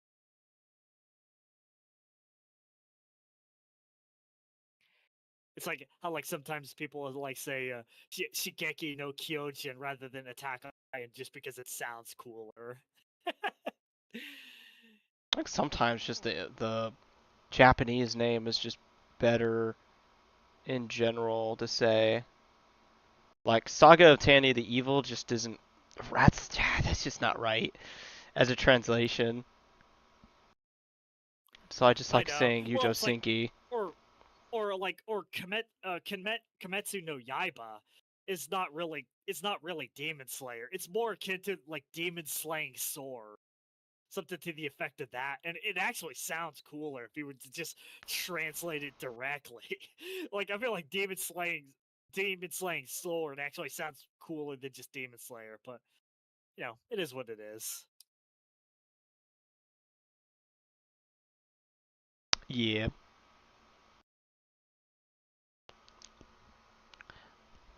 Despair Cake said, "Is the order a rabbit?" Sounds a little mouthful. Yeah, that's basically true. I shitpost about them a lot. You've probably seen these girls. Yes, I have. Yeah, and I've personally sent pictures of Chino to Haru before. I've seen many pictures of Chino. Yeah, I have and I got that intrusive thought always come to my mind. A 4chan post in regards to that. It's not a good 4chan post. I don't know if I should even disclose it. you don't have to.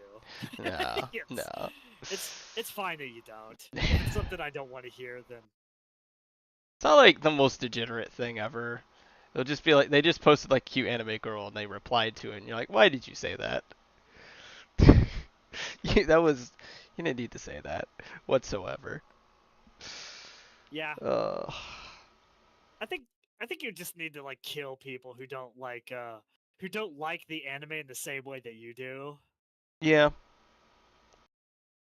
I think that's more or less how it that's more or less how that needs to work.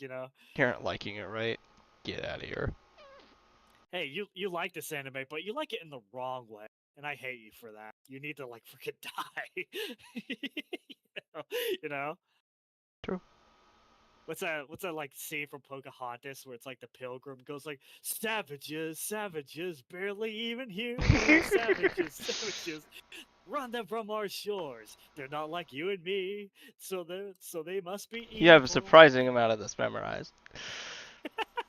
Yeah, yeah, because I memorized it just because it's literally so true. It's like, it's just, that's freaking how I feel all the time when I encounter somebody who's different from myself.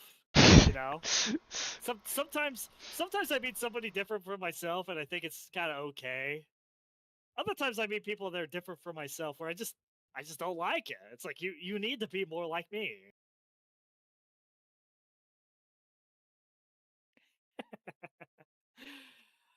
Uh, and I think with that statement, I'm gonna have to go. But All Carter, right.